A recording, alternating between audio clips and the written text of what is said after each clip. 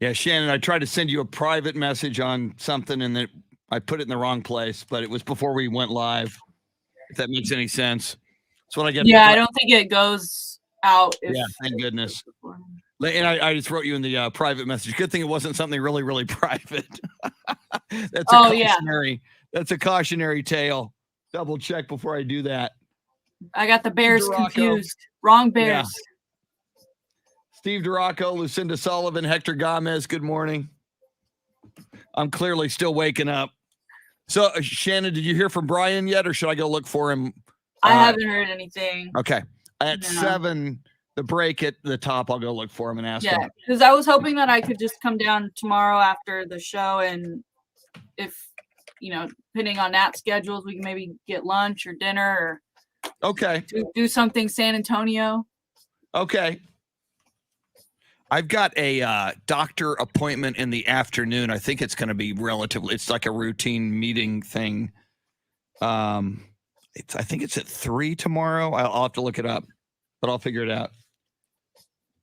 James Wright with a lot of info. James, what do you got? Good morning. How about Chris Beard's Longhorns? Yep, we'll get into that. And the Horns women? Yep, we'll get into that. The 131-point outpouring ranks. It's the second highest single game total in program history. That's amazing. I didn't realize that. Tracy Bogert, very cool. This is Serenity's birthday. Serenity, now a Texas Longhorn student. Tracy's daughter. Here we go. Now, Chris Duel. It is Wednesday. It is the midpoint of the week. Welcome to it. Lots going on in the world of sports. We've got college hoops kicking into full gear last night. We've got movement on the NFL and the Green Bay Packers and Aaron Rodgers. NBA action. We get ready for the big weekend in pro and college football. It's all going on here this morning. Welcome in. It is the Chris Duel Show with Shannon, Salty, Sweeney. Shannon, how are you doing this morning? I'm doing all right. It's Wednesday. I feel victorious, as we already had someone bring up.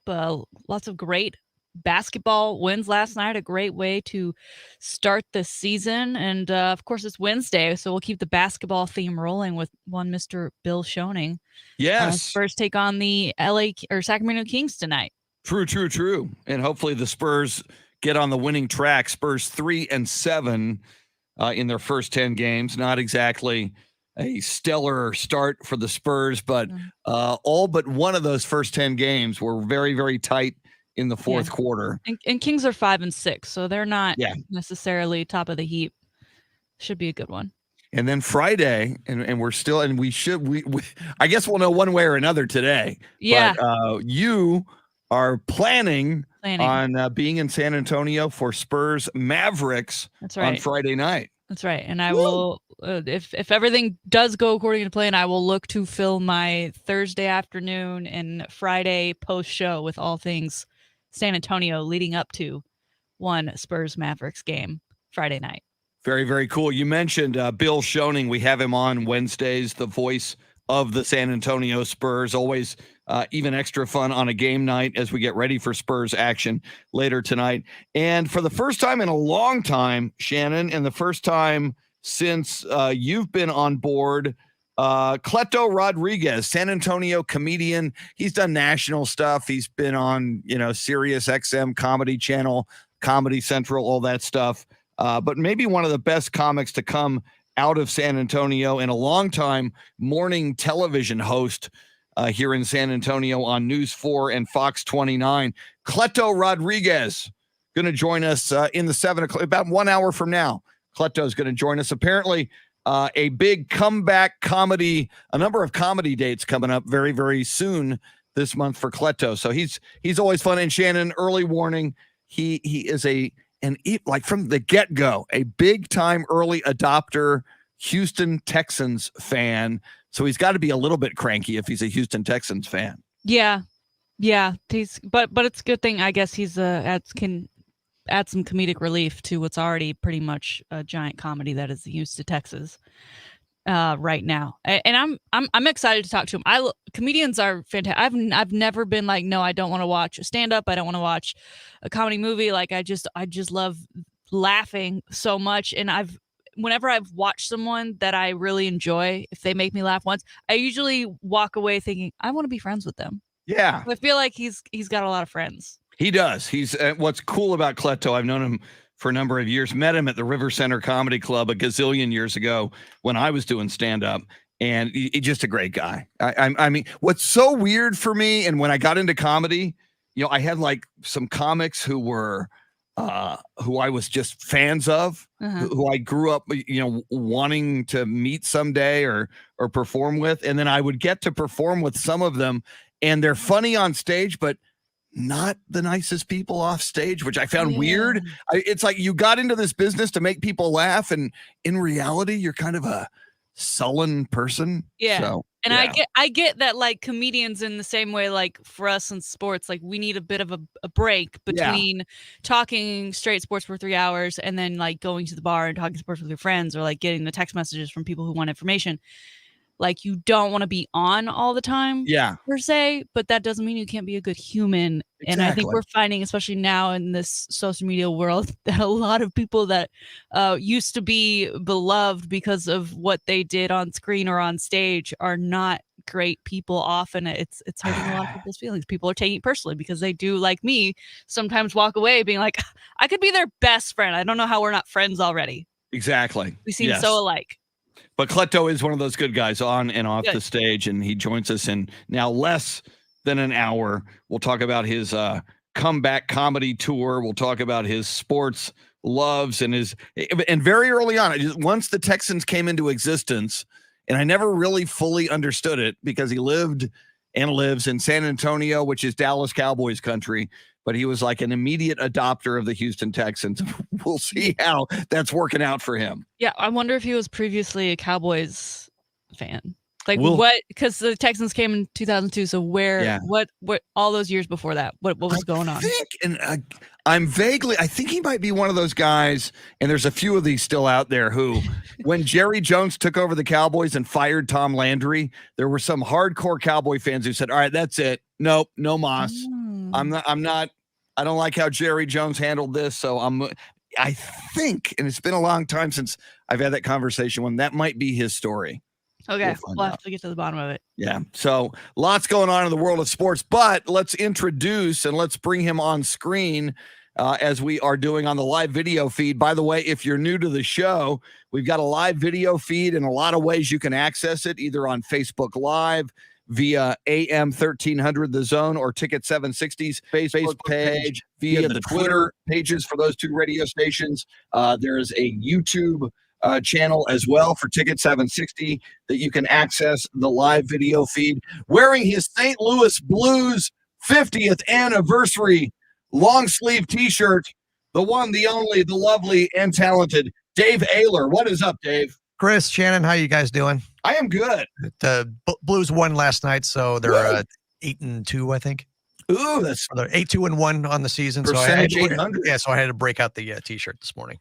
Very, very nice. And it is weird because we already mentioned college basketball. Now, last night was like the big tip-off to kind of get it going. We've had NBA for a number of weeks. Spurs have played 10 games in the regular season already, and it is still kind of weird though. Hockey, basketball, to talk about it when we're still in November and in the throes of football season, it's a little weird. Yeah, well, there's not a whole lot. I usually don't get into basketball until after NFL season's over, and same with the NHL too. I'll follow the Blues for a while, but I don't get into it till after the first of the year. And a lot of people, the NBA typically has the Christmas Day multiple game, like quadruple header. I don't watch any of those. Well, see, a lot of people think that for them, that's when the NBA season really kind of begins and people start to pay attention on Christmas Day. I think it's probably, for me, it's around February 8th or 9th. After when the Super Bowl ends. Yeah. If there's football on Christmas, which I think in the past few years we've been lucky enough to have, basketball does not start on Christmas like it used to. And it used to be like Lakers Heat, really intriguing stuff. And these days, I don't feel that anymore with those games. They're not as blockbuster worthy as they once were. When Santa LeBron shows up for his yearly Christmas game. Every year he plays on Christmas.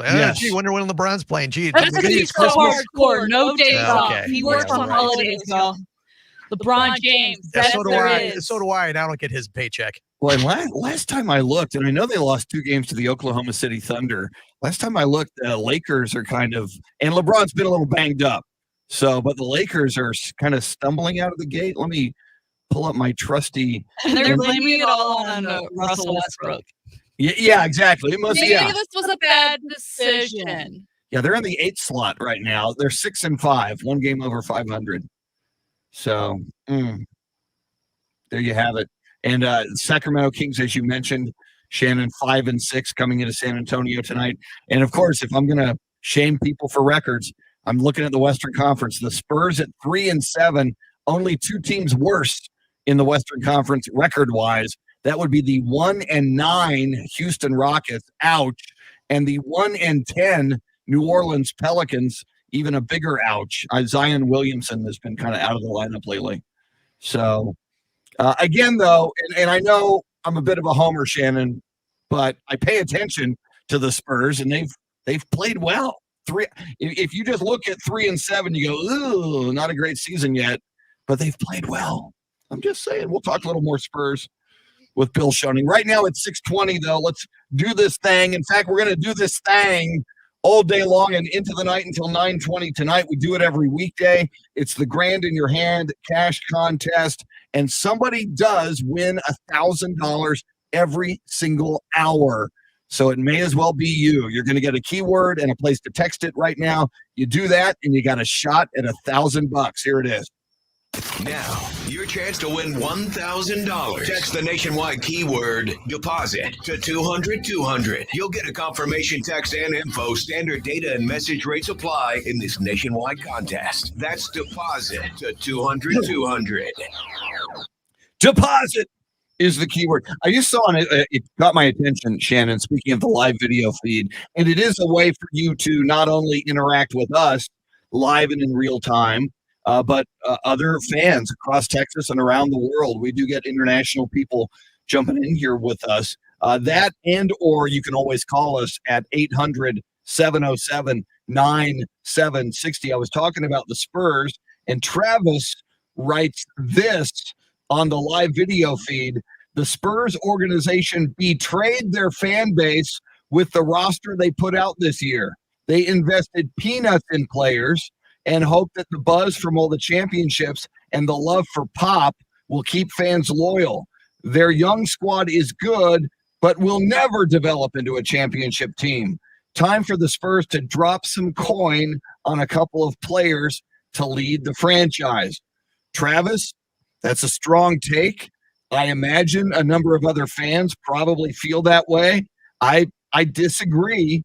And if you look at history, Travis, and teams go through cycles, and the Spurs went through the cycle, and I think they found out last year that there wasn't going to be a long-term future with DeMar DeRozan and LaMarcus Aldridge, who retired and came back and retired and came back, and now he's with the Brooklyn Nets. We love Patty Mills, but I think we discovered his youthfulness, and Rudy Gay. The Spurs went with a youth movement. And there's a lot of players on this Spurs team who have a huge upside. Among them, Devin Vassell, Keldon Johnson, certainly DeJounte Murray has a huge upside. The Spurs are reloading. And I go back to the Golden State Warriors, and I'm sure there was a moment, if you would have been a frustrated Warriors fan, and they were built from the ground up, when they had a young Steph Curry, who they drafted, a young Draymond Green, who they drafted, a young Klay Thompson, who they drafted. And before they brought in Kevin Durant in free agency, they had already won, 72 games in a championship. So I find it unusual to second guess Greg Popovich, R.C. Buford, and this Spurs organization because they've made so many of the right moves over the years. This is an unusual time for the Spurs. 3-7 is weird. This is the youngest team Greg Popovich has ever coached in the NBA. So I understand the angst, but I don't necessarily agree, but that's what we're here for, though. We're here to discuss these things. Yeah, and we'll get into it with Bill, because I was looking at some stats today, and one of the things, obviously, with the Spurs rebuild, they're trying to shoot the 3-ball more, right? That's where the movement is going. That's what the NBA is. That's where the points come from, and obviously you need points in order to translate games into wins. And right now, the Spurs are currently ranked 29th in the league on 3-point attempts. So they're not even giving themselves the chance to then make those points. And when they do put them up, they're not the worst. I think they're like 24th, but 29 out of 30, you're not even, I feel like you don't even give yourself a chance if you're not at least attempting the 3-ball more. And then strangely enough, free throws, they're last in the league in free throw percentage at 70%. And at the NBA level, A, you should never be that low, but B, you should be getting to the line more and making more shots, because like we said, they're free. Those are free buckets that are being left out there. And then, the Spurs have been in a couple of close games here. And just imagine what shooting that extra 3-ball or making more shots from the line would give you. Well, it's interesting, Shannon, and I didn't know that, and that's a great stat that they're 29th in 3-point attempts, because I heard Bill Schoening bring up in the broadcast the other night when they played Oklahoma City, the Spurs are number 5 in the NBA in pace. So in other words, bringing the ball up the floor and getting a shot off quickly, in the shot clock, they're number 5 in pace so I would have thought, and I knew going into this season, that one of the objectives is to move the ball quickly, to go young and go fast and increase that pace. And they're number 5 in the league in pace, but for them to be 29th and putting up threes, wow. That means they're running up the court quickly, but shooting the 2-ball and not the 3-ball. And analytics will suggest you shoot the 3-ball now, because if you can shoot a decent percentage from 3, you're going to get more points. And I also just thought it was interesting, because we talked about it a lot last year, that was something that they were working on. Yeah. And I thought with this youth movement, some of the players they brought in who are a little bit known for having a better 3-point percentage, that they would maybe make more of an effort. And so seeing this today, when I pulled it up, I was shocked. I didn't expect them to be in the top 5, but certainly not second to last.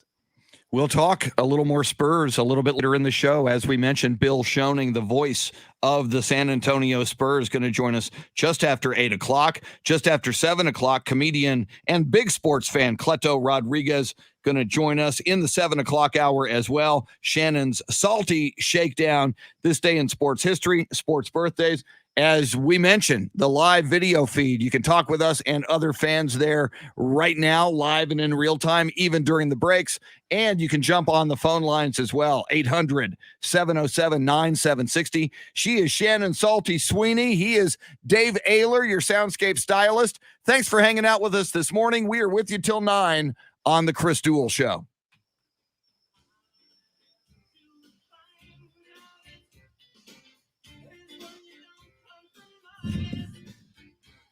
All right.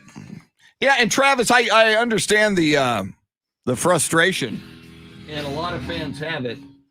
And I saw you also wrote when I was speaking that DeJounte is not Steph Curry. Yes, I understand that.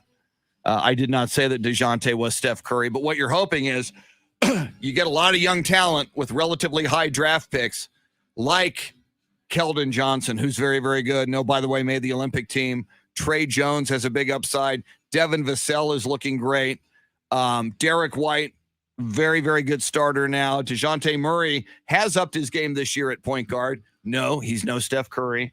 But you're hoping that, Lonnie Walker IV, of all these young guys, if 2 or 3 of them hit and really develop into NBA stars, then you can do what the Golden State Warriors did.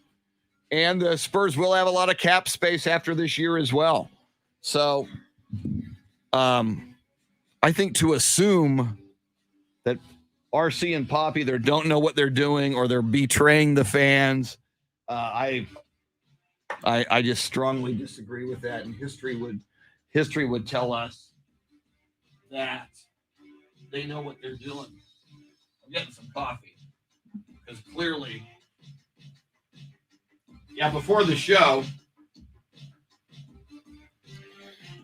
I thought I was talking to Shannon in the private chat, and it wasn't that big a deal. It's just a little a little item. I typed it out. It went out into like the public thing. I blame the fact that I haven't really had my coffee yet.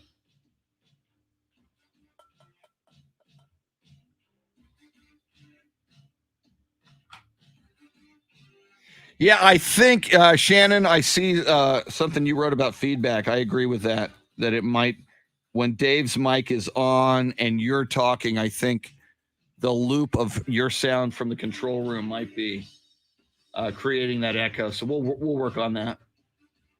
All right. I'm grabbing some coffee. Sitting in while I get my coffee. Mr. Mike Taylor. Mike, thank you for sitting in. The microphone is yours. I'll be back in about 90 seconds.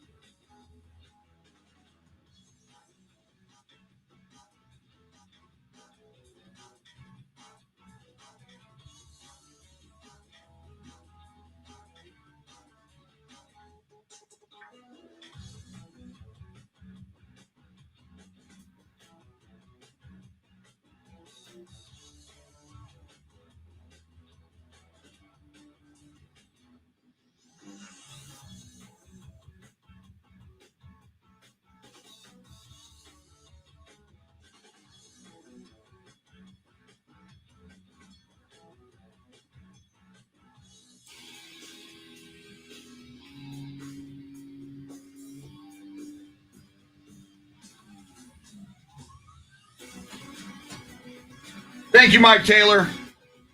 Thank you for sitting in. Mike Taylor, ladies and gentlemen, 4 to 7. You know him, you love him, you can't get enough of him. Thank you.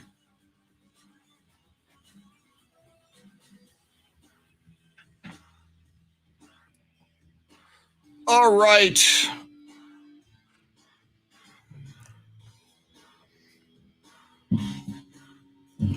Beth Settle, good morning. Welcome in.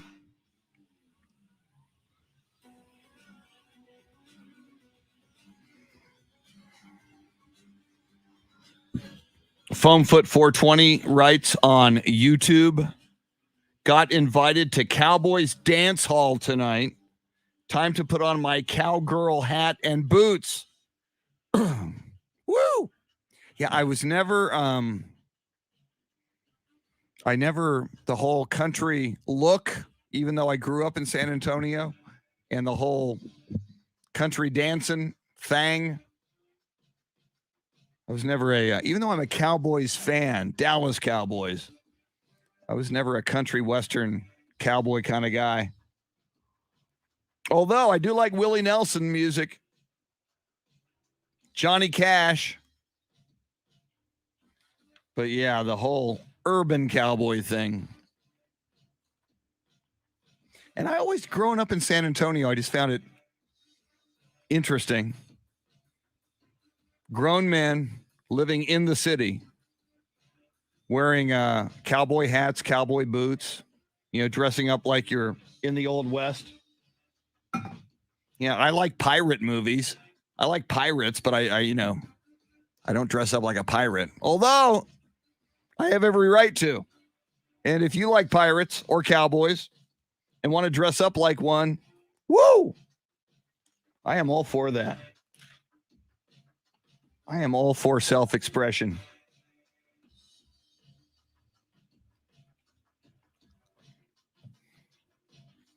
There is a story.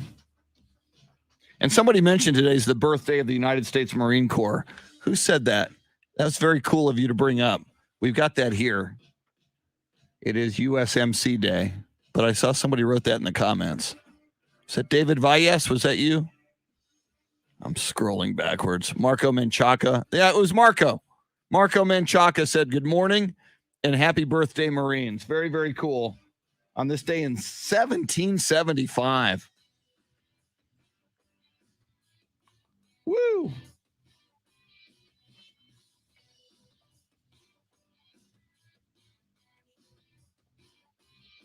And of course, tomorrow, Veterans Day. So these 2 days, kind of big days for the United States military.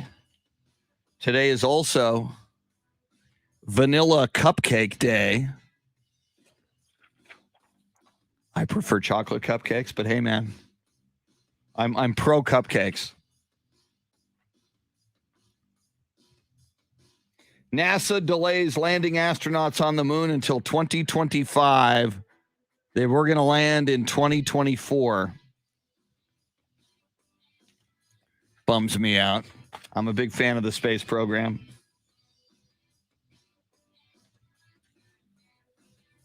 Travis says USA plays Mexico Friday in a huge World Cup qualifier. Travis, where is that? Travis says you're Californized.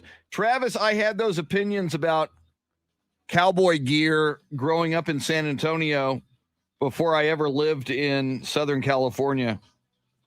So that's not a California attitude. That's just me growing up in San Antonio, finding it peculiar. Although there is a photo of me as at age 8 dressed up as a cowboy with a holster and guns. I do have a photo, and I did have cowboy boots on. And when I was younger and wore cowboy boots as a kid, I always found them uncomfortable compared to tennis shoes, basketball shoes. All right, here we come.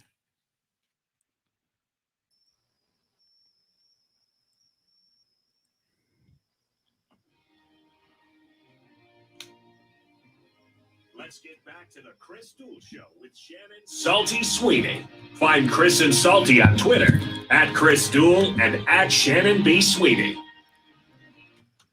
Welcome in on this Wednesday, November 10th, midpoint of the week.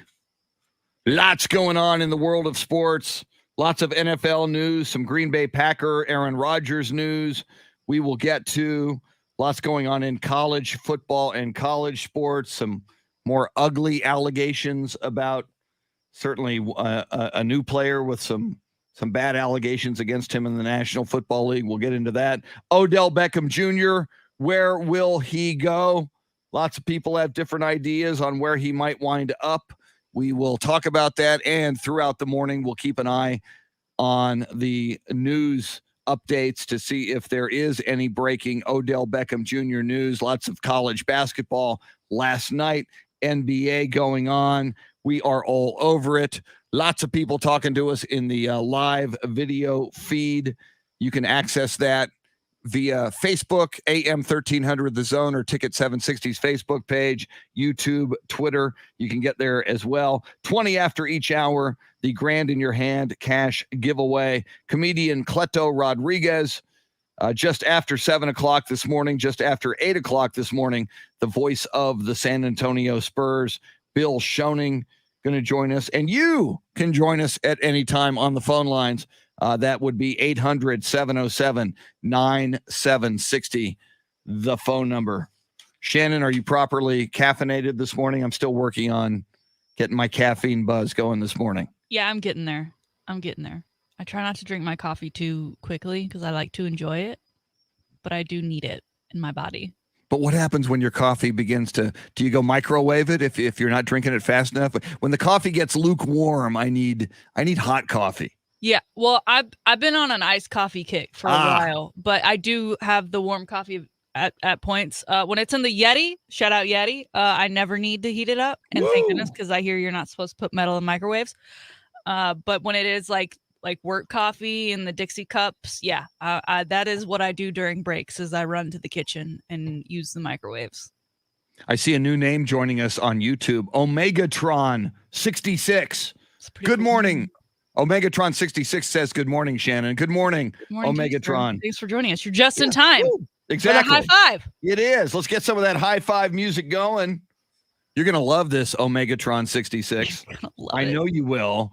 We do this every morning at this time. We hand out high fives because we should, because it's the right thing to do. It's called the High Five Play of the Day, and it is appropriately sponsored by High Five, 2 locations in the Austin area.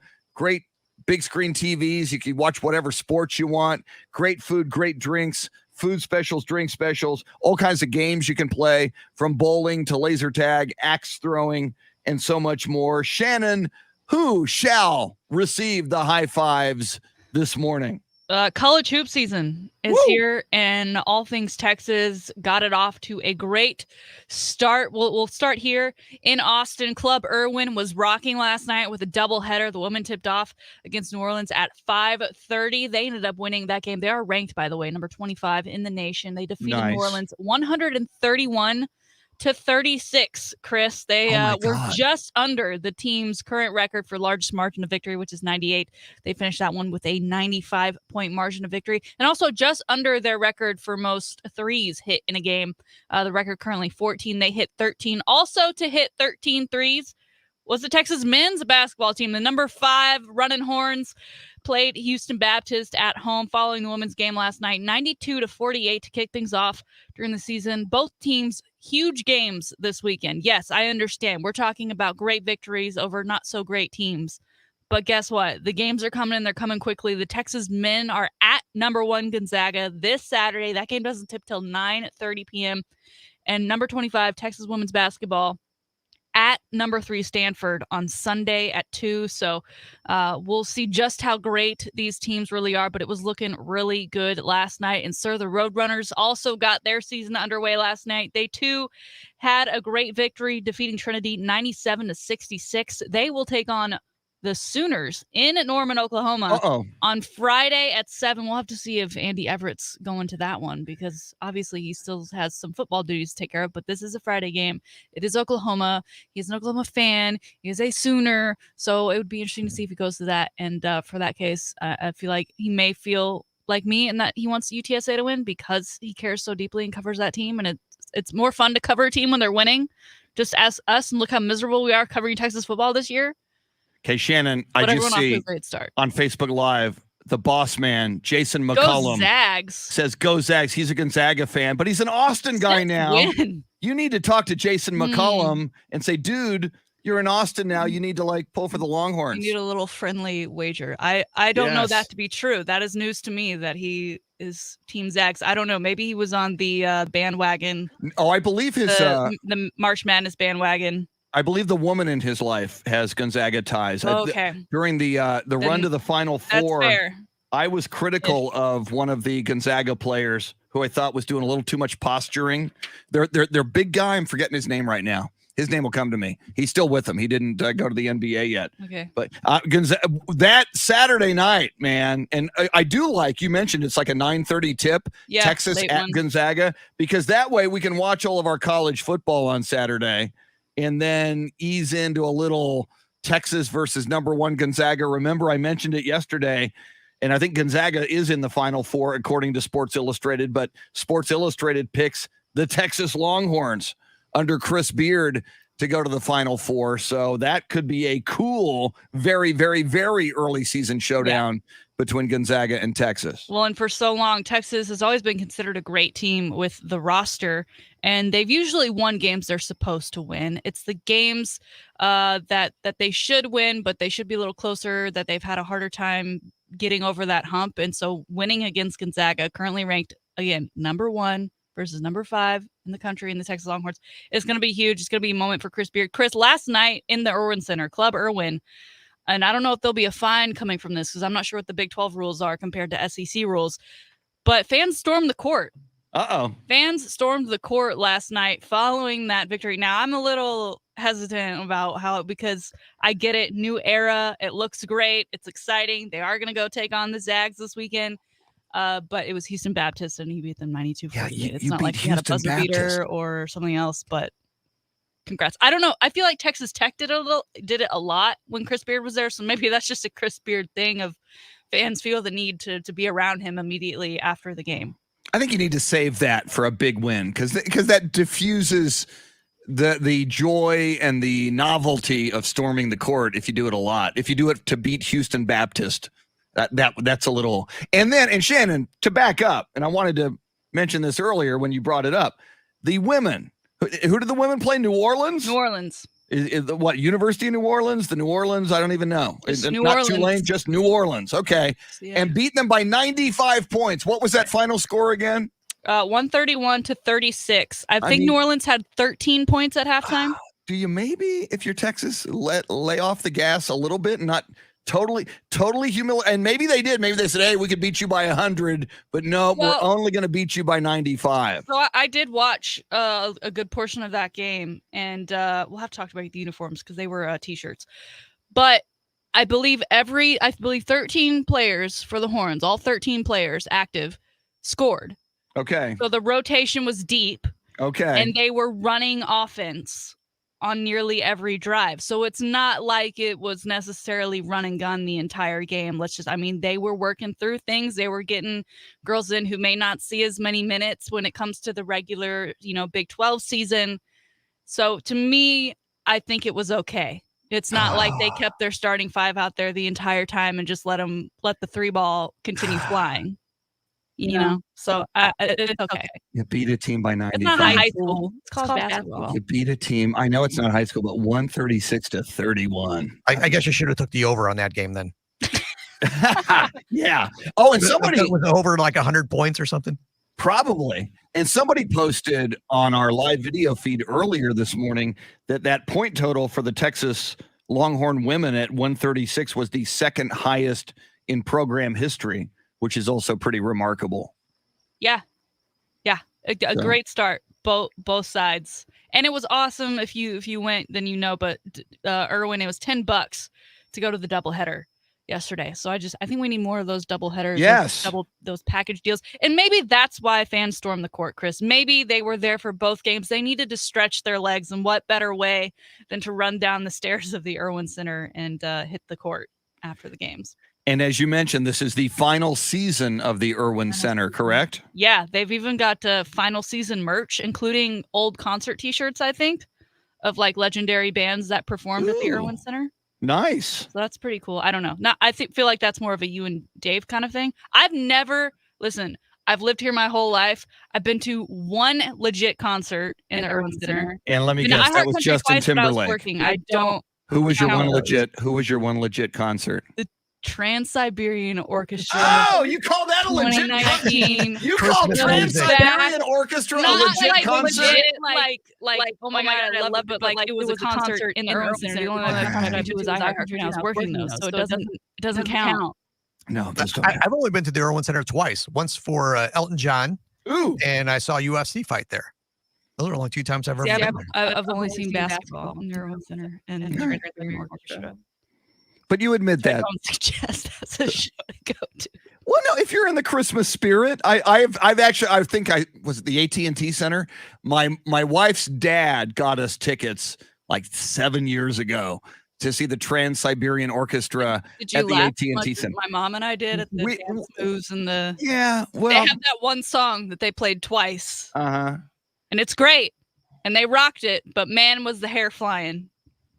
Well, and what I remember was the first 10 minutes was a video Yes. of all the awards, international awards the Trans-Siberian Orchestra has won. And I remember turning to my wife going, well, that's not self-aggrandizing or anything, is it? The first 10 minutes is like, dig us. We want you to know how big we are. Before this show happens, nobody's bigger than the Trans-Siberian Orchestra. And everything's like themed every concert. Apparently, so it's all like a story. And I'm like, if you played that one song 5 times in a row, called a concert, I would be happy. I was ready to get out of there. And I've never seen TSO in live. TSO. See how I dropped that up for the kids? Well, we had this was a couple of years ago on OEI. We had the guy who started the Trans-Siberian Orchestra on because they were coming into town. And great guy. I think he's since died since then. But he sent us all tour jackets after having them on. And they're nice jean jackets. Yeah. And mine still hang up in the closet. You bought. Did you paid for it? No, the guy sent this to him for free for having them on. I didn't hear that. The whole morning crew sent us all tour jackets. If they give you a tour jacket, then I'm okay. Yeah. I'm not poking down. Probably sell that thing for more than those tickets were worth. Speaking of long-time allegedly washed up bands that will never go away or haven't gone away, ABBA dropped their new album a couple of days ago, and I've seen some people reviewing it online saying it's okay. I haven't listened yet. I'm kind of a fan. My wife's a fan. Andy Everett is a fan of ABBA or ABBA, however you choose to pronounce it.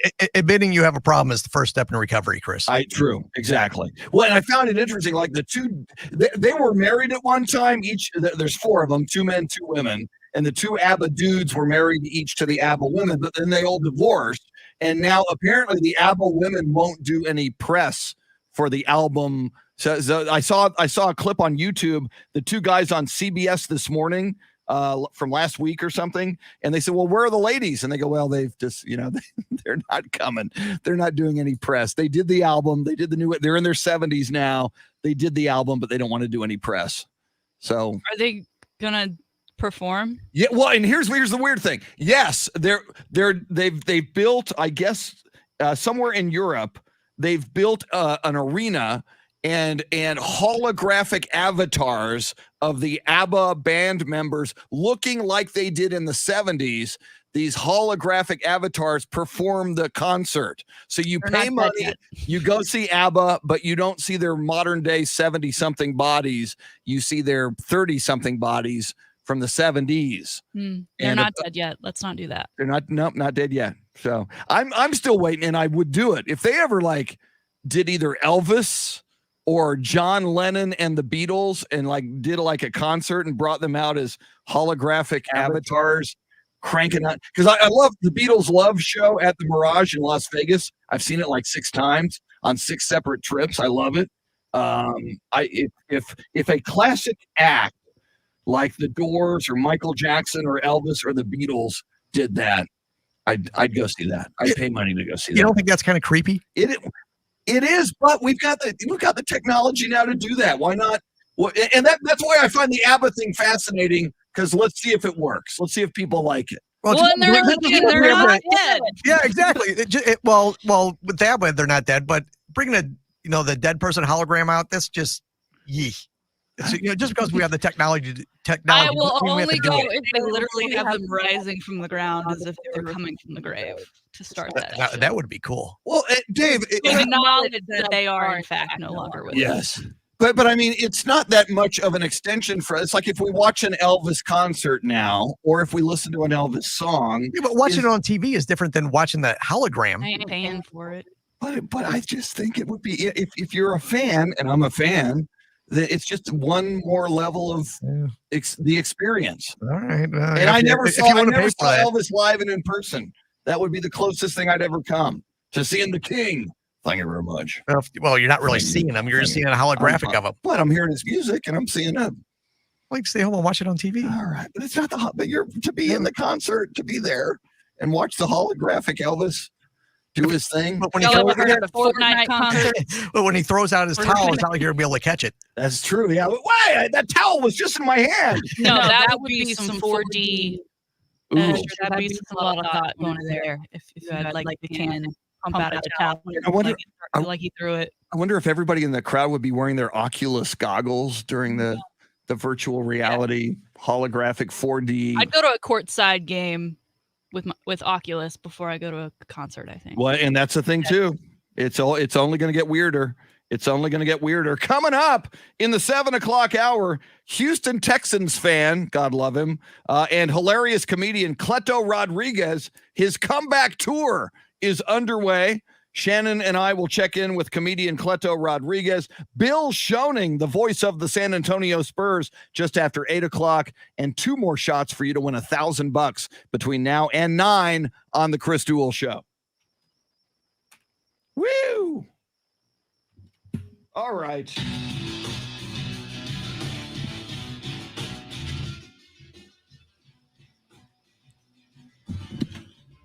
All right, I need coffee. I had some, but I need more. I need this much coffee. It's not a Yeti, it's a Cody, which is the HEB ripoff of Yeti. But hey, man, it's HEB. They can do whatever they want because they're HEB. They're like the Borg. Resistance is futile. Assimilate to the B, HEB. Oh my God. I just ran out of coffee. This is my last. Good to the last drop.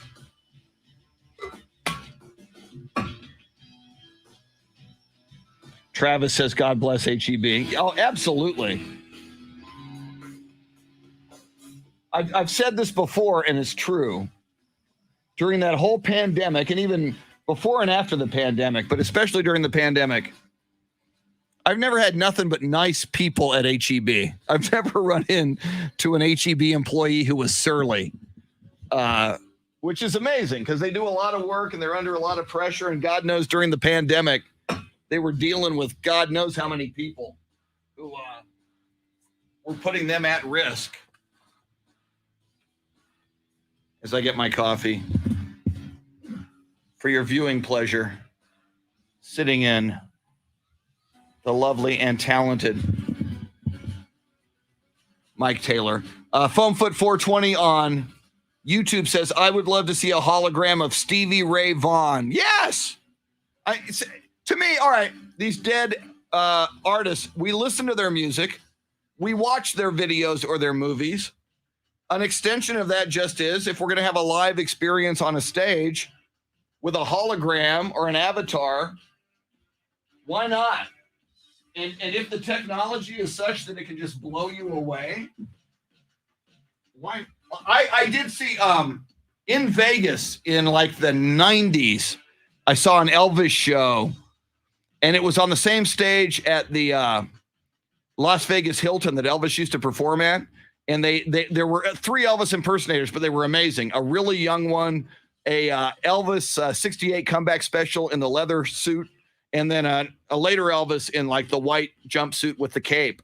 And they were so good. And I just let myself go into the fantasy of this is Elvis and this is the same stage he was on.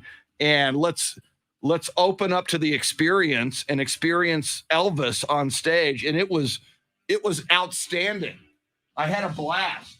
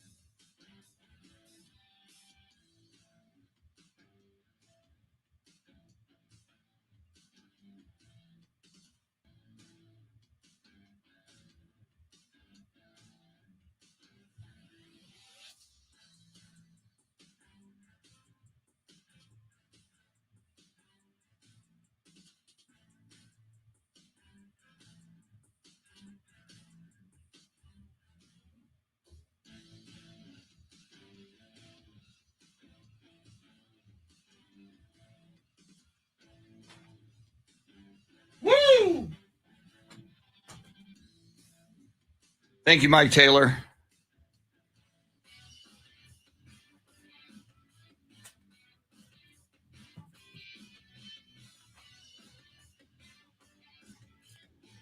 All right. Gotta double check that we've got Cleto's phone number correct. I think we do. Yeah. Yeah, call him about 7-11. Thanks.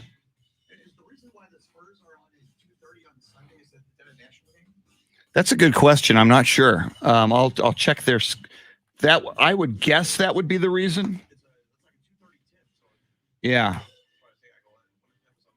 Yeah, that's a good guess. I'll check their schedule on their website, which should indicate what network it'll be on.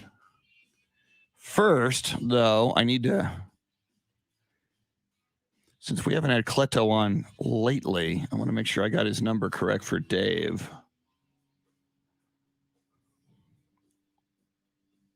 Okay, what's going on here?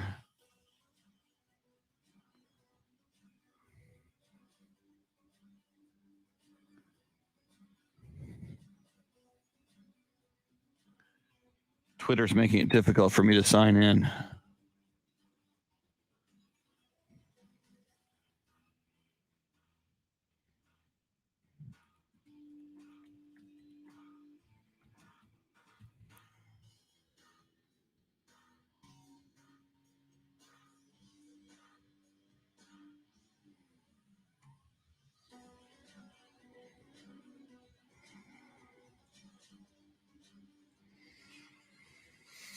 All right.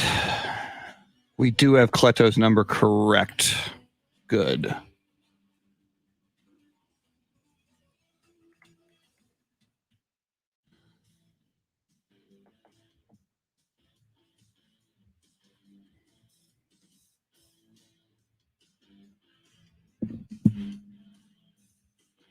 Jorge Villarreal writes, college football needs a playoff. Go Roadrunners. Totally agree with you. I tweeted that out yesterday. There should be a 16-team playoff. Every Power 5 conference champion should get in. Then there should be at-large teams. And if you're undefeated, and right now there are only 4, if you're undefeated, like UTSA is, like Cincinnati was last year, and they are now, and did not get into the college football playoff, just like the College World Series, if you have a great year, you'll get in. Just like the NCAA tournament, if you have a great year, you'll get in and have a chance to compete for the championship. Roadrunners don't have a chance to compete for the championship. That's not right, if you ask me. Louisa says, does Andy know about ABBA's new album? I brought it up to him in October before it dropped, so I think he knows. I don't know if he's listened yet. Oh, I need, I've got a Cleto photo that I need here.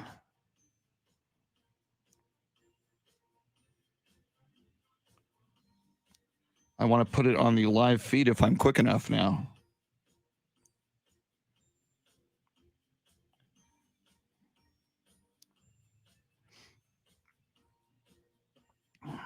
Ah.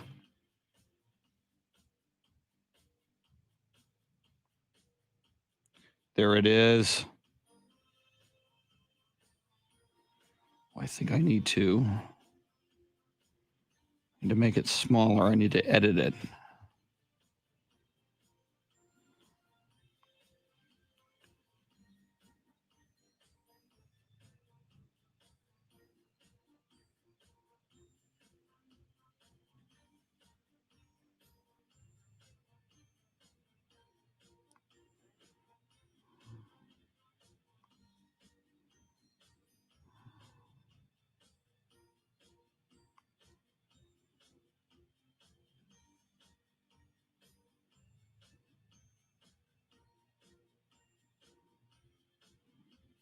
Now, okay, there it is.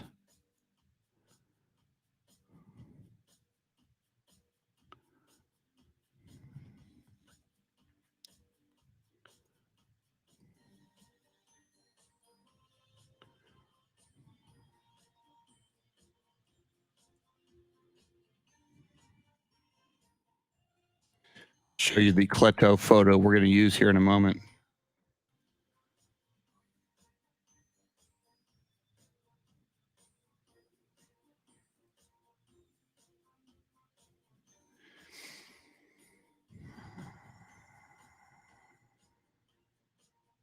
There it is.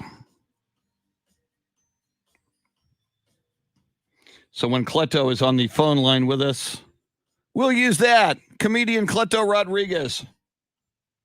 He's not with us yet, but he will be at 7:12.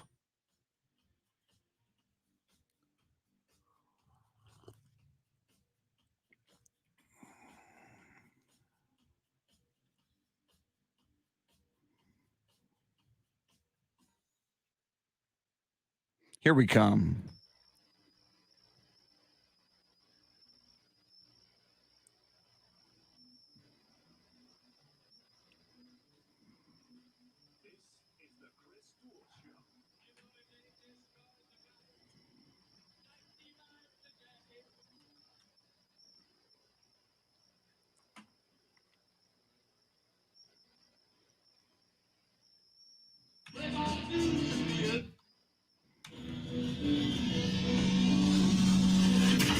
Now, Chris Duel. It is Wednesday. It is November 10th. It is the midpoint of the week. Congratulations, you made it. Welcome in. It's the Chris Duel Show with Shannon, Salty, Sweeney. Your chance to win $1,000 coming up at 7:20 and at 8:20 and on the 20s all day long. Somebody wins the $1,000 every hour. It may as well be you. Coming up in just a few moments, comedian and sports fan, and God love him, God help him, Houston Texans fan, Cleto Rodriguez. His comeback tour is underway. We'll talk about that and a lot more with Cleto. In about an hour, the voice of the San Antonio Spurs, Bill Schoening, on a Spurs game night. Spurs hosting the Sacramento Kings tonight at the AT&T Center. You can hear that over on Spurs Radio 1200 WOAI pregame, 7 o'clock tonight with Bill Schoening and some guy named Chris on that pregame show. Shannon, we did learn before we bring on Cleto, it's a pretty big story. We learned about fines yesterday for the Green Bay Packers and for Aaron Rodgers and their receiver, Alan Lazard. The Packers get fined $300,000 to a big multi-million, if not billion-dollar franchise. That ain't much. And Aaron Rodgers, $14,650 is his fine. I'll bet you Aaron Rodgers has gone to a dinner with either Danica Patrick or Olivia Munn and Spago or something and ordered a few bottles of wine. I'll bet you Aaron Rodgers has gone to a dinner before where the tab was more than $14,650. I'm just saying. Yeah, when most of us accidentally drop change on the ground, 25 cents, a dollar, whatever, that's probably the amount that falls out of his pocket. $14K to Aaron Rodgers. Yeah, and that $14K specifically to him and his teammate was a fine for attending the Halloween party, because the rule is if you are unvaccinated, you cannot gather in a group of 3 or more with other players when you're unvaccinated, and therefore going to the party unvaccinated violated said rules, and that is where the fine is for. I'm a little surprised we also didn't get fines for him not wearing masks during media sessions. Yeah, because that's and I don't know if there'll be more to come, but it seems like this is going to be it. Well, if this is it, I think the message to Aaron Rodgers and other players is, and Aaron, if he didn't get COVID, Aaron could have behaved like this and nothing would have happened. The message is the NFL puts no teeth into its policies. And I keep going back, Shannon, to I know the numbers suggest we're on our way out of it and it is waning, and thank God for that. But it is still a deadly pandemic. It still kills people. I know most of us now, I know people it has killed who I knew personally. I think probably all of us now, the numbers are so high. We know someone who has died from COVID-19. So it's not like it's just a nuisance. It's a deadly pandemic. And for the NFL not to put some teeth into its protocols and its policies to try to protect people I'm very disappointed in the NFL, I must say. Yeah, and I think, Rodgers appeared on McAfee's show again yesterday to kind of clear up, sort of kind of take responsibility for what he did. Basically saying he's sorry that people misunderstood.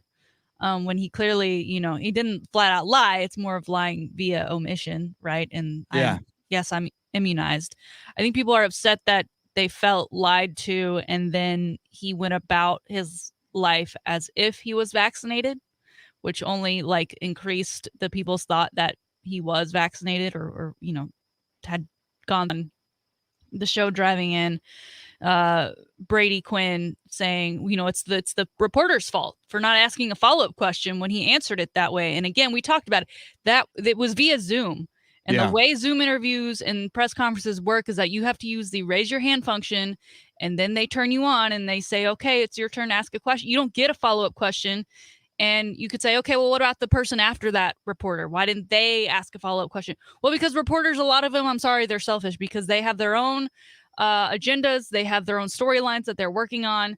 They have their own needs that need to be met as far as their company, whether it's clicks, whether it's reads, whether it's prints. Questions that they feel will benefit them, and asking a follow-up question for someone else's purposes would not have met their agenda, and so therefore it didn't happen. So I didn't like that take I usually like Brady's takes, but I didn't like that take this morning. And again, if you're not expecting the lie when you ask him, have you been vaccinated? And he says, yeah, I've been immunized. I mean, if you're not expecting the lie, even in real time, you might not have done the follow-up. And I think most people, given where we are, it's not like we're not in a pandemic, and the vaccination and being immunized isn't a giant conversation that's going on everywhere. It's not like it was a random question. It's a question a lot of people have gotten. It would have almost just been better for him to say it's a personal decision. I just don't want to answer that question. Yeah, and again, I didn't leave people wondering, because then we don't have this whole mess of, well, you said you were immunized. I didn't think I'd get to this point, but I respect Cole Beasley and Kirk Cousins more, comparing their stance and being authentic to Aaron Rodgers and his deception. All right, shifting gears from Aaron Rodgers, a not so good guy in a lot of people's eyes, to a very good guy and a very funny guy. I would say, and having been a San Antonio comedian back in the day at River Center Comedy Club, where I met this guy many years ago, I've paid attention to the comedy scene. This guy's probably, arguably, the greatest comic to ever come out of San Antonio. He's done things on a big national level, done a lot on a local level as well. Longtime television personality on News 4 San Antonio and Fox 29. Now embarking upon his comeback comedy tour, the one and only Cleto Rodriguez. Cleto, how you doing this morning, man? I'm doing good, man. How you doing, Chris? How you doing, Shannon? I am doing well, and let me introduce you to Shannon, Salty Sweeney. I think you two are going to like each other. How you doing, Shannon? Good to see you. Good to hear you. I'm excited to talk to you today, Cleto. Now, Cleto, you're calling this, I believe, your comeback comedy tour. First of all, where have you been? And I know, knowing you from social media, I know you've had kind of a tumultuous last few months, certainly health-wise, but thank God you're healthy and everything's good. What's been going on in the world of Cleto Rodriguez lately? Well, I was telling my wife I was going to make a shirt that said, my 2021, I got fired, I got COVID, and I got hacked. And here they said, it's like 2022. So, yeah, I've been kind of laid up recovering from COVID since July, and it was COVID pneumonia that I got, and it was just kind of a rough few months. The recovery was a lot slower than I thought. My lungs got severely damaged through the COVID, but I was fortunate to come out of it. And the toughest part for me was my father-in-law was 2 doors down from me in ICU, and he didn't make it, fortunately. So it's been kind of rough on the family lately. But we kind of it's kind of rough with the holidays coming and so on, but, I'm making the best of it to where, I've been on both sides of the coin, with the, talking about Aaron Rodgers and vaccinations. And, it's like, it's rough when it was one of the scariest experiences I ever had in my life. It was like 4 days. There was a few days I didn't go to sleep. I think the first 2 days I didn't go to sleep, just kept my eyes open because you're talking about this virus that's so unpredictable. You don't know what's going to happen. And you have, people down the hall crying because they just lost a loved one. And, I remember asking the nurse, the nurses and the doctors are so immune to to the death going on in ICU that, they literally, they're not hardened. They're just so immune to it to where it's nothing anymore. It's like that's just their day, And I remember asking one of the nurses, say, hey, what are the chances of me getting out of here? And I kid you not, because he's like, probably about 50-50. You want some ice chips? I'm like, I was like, no, I want a banana split. If I'm gonna go out, I'm gonna go out big. Let's make that happen. But you just start, it plays with your mind. You start talking to your spouse and say, make sure the kids go to school, that kind of thing. And you're almost writing your own will up there. And you just have I leaned on my faith so much that, and I want to thank all the folks that were out there praying for me and the thoughts and prayers, because I was very overwhelmed with that. And, I was also overwhelmed with some of the hate as well. And, wow. Chris, it's like no matter, you could be here, you are down, and you get kicked when you're down. But I understand it now. I understand because I wasn't vaccinated. As soon as that came out, oh my goodness, it was like, pitchforks and fire and all kinds of stuff. And some of these folks were like, man, just coming at me hardcore, like they made the vaccine themselves. I was like, relax. I get it. It's a lesson learned now. I understand. And one thing I found out is that you just can never please everybody. It's no matter what it is. Like when I heard you guys talking about Aaron Rodgers, I believe it was yesterday. I can understand, like, I'm not, me, Chris, I don't condone lying, but for a minute there, I was like, man, if anybody ever asks you if you're vaccinated, you better tell them yes, because, well, you don't want to get that back. That's what I just got. And on top of, fighting for your life. It was just kind of rough, but I understand. I get it, because once I wasn't an anti-vaxxer. I was just scared. I'll be honest. I'm diabetic, overweight, and I didn't know what was going to come out of it and so on. But it was a decision I regret now that I wish I would have. Now I'm going around kind of letting people know, talking to businesses, letting their employees know how important it is to get vaccinated, because you do not want to go with what I just went through right now. It was just so rough. You can't breathe. You can't move. You're just. It was touch and go. It was really scary. And like I said, I totally leaned on my faith and just, was praying through that thing. And then not only that, but, you're taking so many different medications. They're putting everything in you. They could have put, heroin in me. I don't really care. I was just so, out of it. Like, just whatever you got to put in me, get me back home. And that's what you start fighting for. Is just after a while, you just start fighting for yourself and your family. So, Cleto, tell us about the shows that you're putting on and who might all be involved, and again, what we can expect to see from you. Well, I'm going to be talking about the experience. That's, so much COVID, because, a lot of folks lost, people and family members and stuff. But the one for me, it's just the experience I'll be talking about. I got one tomorrow night at my buddy's restaurant, Drop Zone Cafe, and it's a Veterans Day show where we're going to have, so many veterans that hang out there coming. They're going to be, all the veterans are free. It's my wife's way of saying, a little thank you to them for their service, and to all those veterans out there, thank you so much for your service. And make sure to come on out there for that. And also my comeback shows from COVID. My first show is pretty much this week are the ones that I'm doing. And Friday and Saturday, I'll be at Las Ciladas, the home of the Cleto Rodriguez comedy stage. And I'll be recording those Friday and Saturday, and hopefully get a special out of that. So we'll see what happens.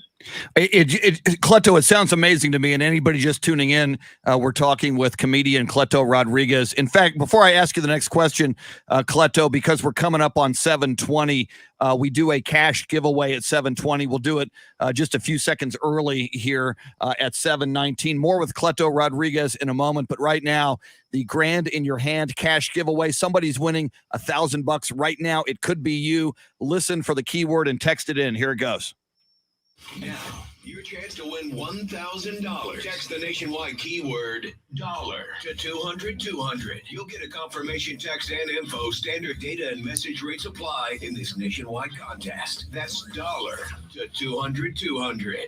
Dollar is the key word. Good luck. We do it all day, 20 after the hour, all the way until 9:20. We're talking with comedian Cleto Rodriguez. His comeback shows this week, Drop Zone Cafe tomorrow on Veterans Day, honoring veterans, and 2 more coming up this weekend. We'll get you more information and where you can get tickets for those shows here in a moment with Cleto. But Cleto, I am just stunned at everything you just described. I mean, clearly you have been to hell and back, and I'm so sorry you lost your father-in-law, and certainly our prayers, our love, our condolences to your wife's family, to your family. I mean, my God, just that alone is life-altering and so tragic and so sad. And then as you described, and Cleto, I was watching you and following you on social media. You were doing videos from the hospital, and you had the oxygen mask on, and we were so scared for you, and we were so scared that we might lose you, and I didn't realize until you just described the haters who came at you when you weren't even sure if you were going to make it or not. So from all of the depths of despair and fear and physical challenges with COVID, here you are now getting back on the comedy stage. I mean, you have had maybe the worst 2021 you could have imagined, and now you're going to get on a stage and make people laugh once again. Was there ever a time when you thought, I don't know if I want to be funny anymore, or is that just part of your blood and part of the way you deal with something like this? Well, it was interesting, Chris, and thank you so much for that. It was 4 days when I was in ICU, the first 4, that I didn't realize. I forgot I was a comedian. I mean, you forget everything. You forget what you do. You forget. You're just trying to get better, and you're just trying to, you don't know the outcome. You've seen, when you've seen everything on TV, like it really hits you. Like when the pandemic first came out, nobody knew what to make of it until it hit home, until it hit somebody you knew. And but when it hits you, it's a whole different ball game. And now it's like matter of fact, Saturday actually was one of my first shows, and it was for Roger Aceman. Remember Aceman? Yeah. There in Kerrville, and I was up there, and I was so glad to be on stage again. I have a whole new perspective on life. Let's put it that way. And that one, being on stage the whole time I was up there, I kept thinking about myself, and being in ICU, and wonder if I was ever going to do it again. And I was just grateful, and I just was so grateful to God just for the opportunity and the blessing of just being able to, have a second chance and be, like I said, because some don't come out of it. And it's, when you think about it, there's nothing really to complain about these days. Even the haters, I mean, they're gonna be doing what they got to do, and that's fine. But for myself, it's just, I ain't got time for all that. Just keep chugging along, keep moving, and just do what I love to do best, and that's just try to make people laugh. Well, Cleto, Chris tells me that you are an avid Houston Texans fan. And so as a comedian, I have to imagine that you've got some jokes considering everything that team is going through this season. How are you assessing the new coach, their quarterback situation, and what are your hopes for the future with the upcoming draft and hopefully things getting back on track for this team? Well, Shannon, first of all, I hope Houston loses every game. Because right now at where we're at, I mean, we'll be happy with Burbank starting quarterback. We're just so right now. I went in when we got Deshaun Watson. I cried. I kid you not, because I was so excited. I remember I was watching the draft. I think I told you this story, Chris. I was watching the draft, watching the Spurs, and then I said, "Don't money move."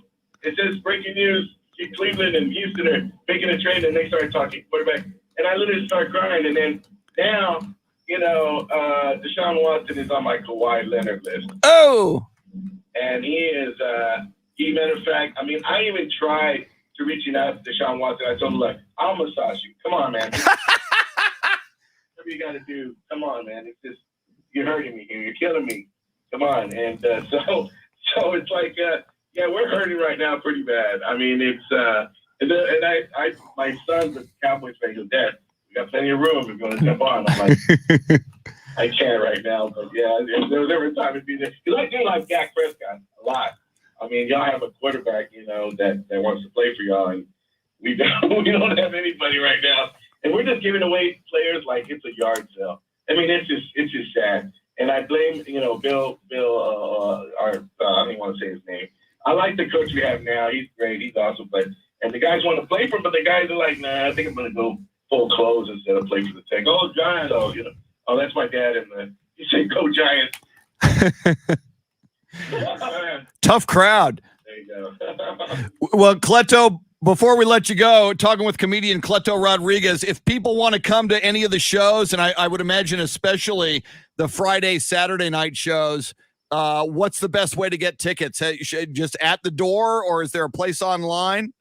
If you could go ahead, tickets are going quick right now. So if you want to go on my website, you can get them there, CletoRodriguez.com, or my social media, Instagram, Twitter. The flyers are up there with a scan code and QR code, and it'll be a lot of fun. I want to invite everybody to come on out, and again, it's going to be a good time. And Chris, Chad, thanks so much for the time. I really appreciate it, guys. Well, and Cleto, first of all, we love talking to you, and thank God you're doing great now health-wise. So we're so happy about that. But absolutely, come back. We want to talk more Houston Texans, and you just have such great takes on all sports. And I'm just so happy for you. I'm happy that you're back doing what you do best. I mean, this is your gift. And you do this so well, and you bring joy to people's lives. And I think especially now after what you've been through, I think it's all the more profound that you're doing what you do best, getting back on stage and making people laugh once again. So have the time of your life tomorrow night at the Drop Zone Cafe, and this weekend with your shows. We hope to have you back on the show, and we hope you just rock the stage all weekend long, Cleto. Congratulations on the comeback, man. Appreciate it, brother. Thanks a lot. Take care. All right. Once again, that website, Cleto Rodriguez, that website, CletoRodriguez.com. Easy to remember. It's his name, CletoRodriguez.com. Go there, get tickets, support him. And Shannon, that's something I didn't even think about. And I saw the videos of him on social media in the hospital with the oxygen mask, and you just saw the look in his eyes. You knew that he didn't even know how this was going to play out. And to hear from him, what I didn't realize, there were haters out there on social media going after him while he's perhaps, fighting for his life in the hospital. That absolutely blows my mind. Yeah. And just from that short conversation, you can tell that he is a good person and not someone who deserves that, no matter what your stance is on the vax. Yeah, and it's maybe something we should all think about before you jump on social media and attack somebody. You don't know what it's like to walk a mile in their shoes. Our thanks to Cleto Rodriguez. Coming up, Shannon's Salty Shakedown, this day in sports history, sports birthdays, and more. Then right after the top of the hour, the voice of the San Antonio Spurs, Bill Schoening, on a game day, as tonight the Spurs host the Sacramento Kings at the AT&T Center. NFL, college football, college hoops, NBA, and a lot more between now and 9 on the Chris Duel Show.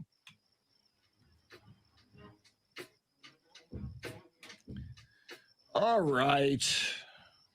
Let's see here.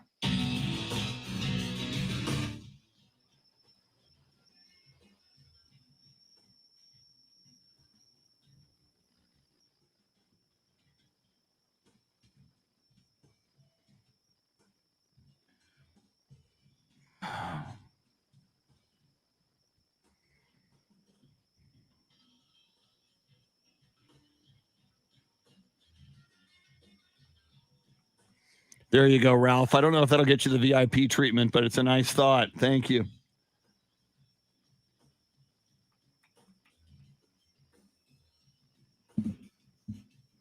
Wes Perkins, and yeah, Cleto, they used to always say on television, "Where's Cleto?" And it was a really clever way of doing what they did, because they'd say, "Where's Cleto?" And then they'd show you where he was. Wes Perkins saying his TV segment used to be called "Where's Cleto?" That holds new meaning now. Where's Cleto? He's a survivor. Where's Cleto? He's using his platform to help others. Great comeback story. Yeah, I agree, Wes. Great point, man. Travis says, good take. The mob is ruthless.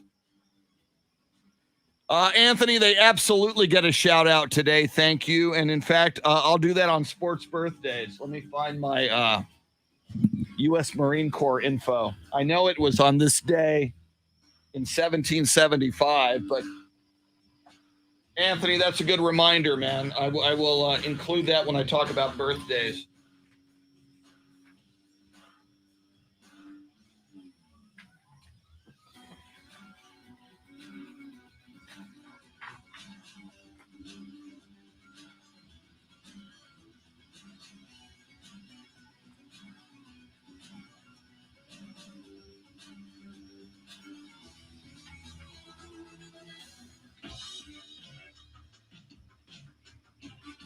Yeah, I didn't hear specifically why Cleto left. I remember when it happened. But, media companies, especially during the pandemic, because they were losing revenue.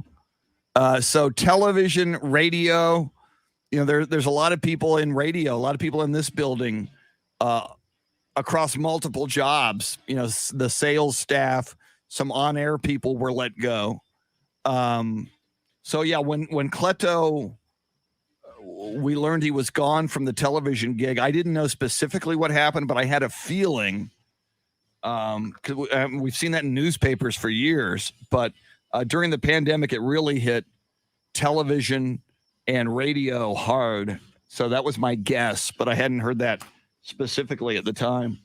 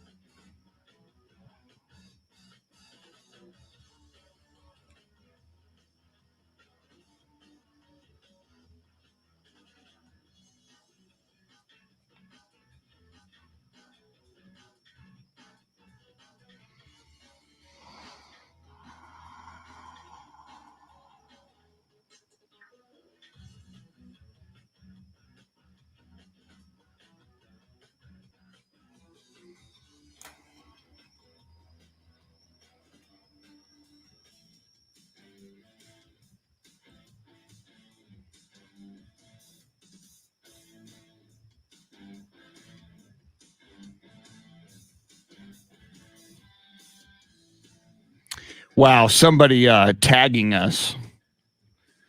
The Aaron Rodgers, Darren Rovell, who does sports business and is a great reporter, somebody tagged us.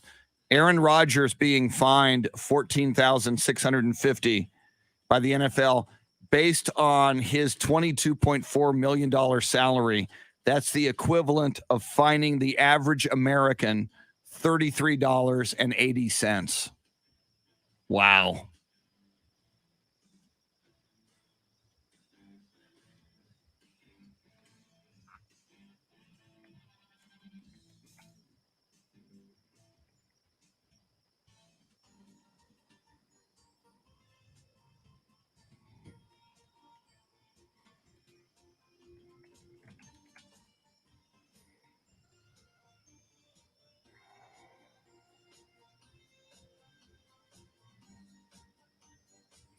Matthew McConaughey is trending. Let me see what's going on with him.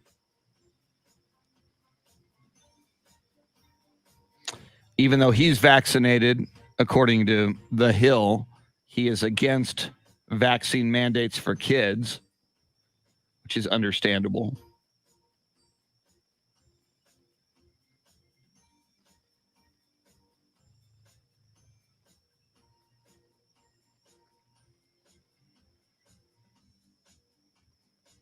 And a lot of people are piling on Matthew McConaughey for saying that.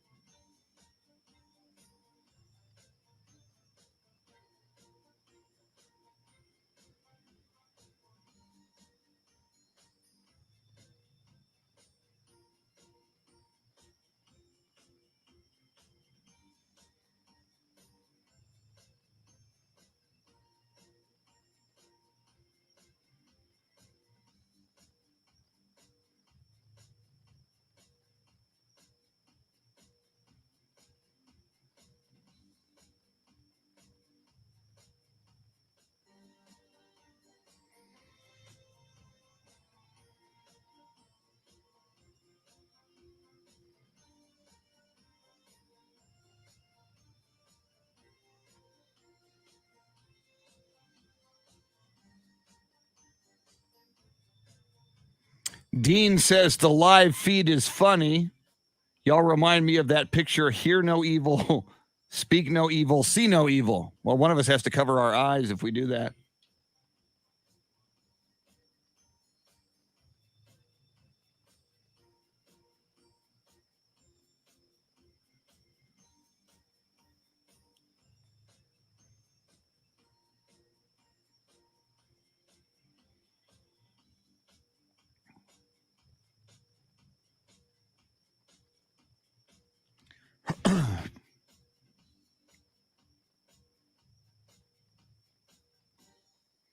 Here we come.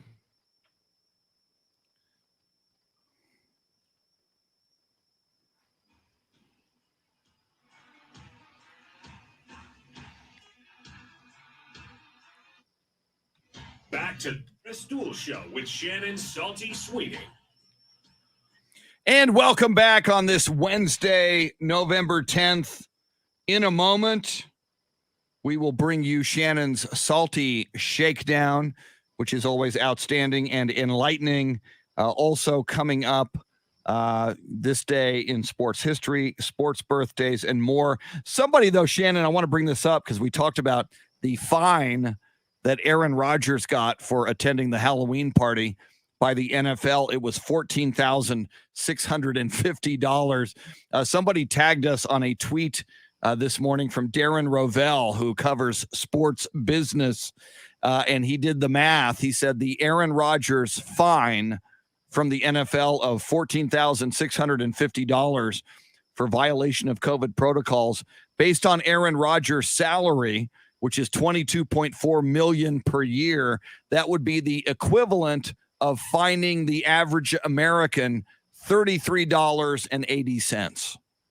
So that's what it would feel like to you or me if we got that fine. $33.80. I wouldn't be happy about it, but I'd be okay. I could forgo a dinner. All right, here's two 20s. Keep the change, and don't find. No, I would ask for the change back. Yes, I'd make that a check.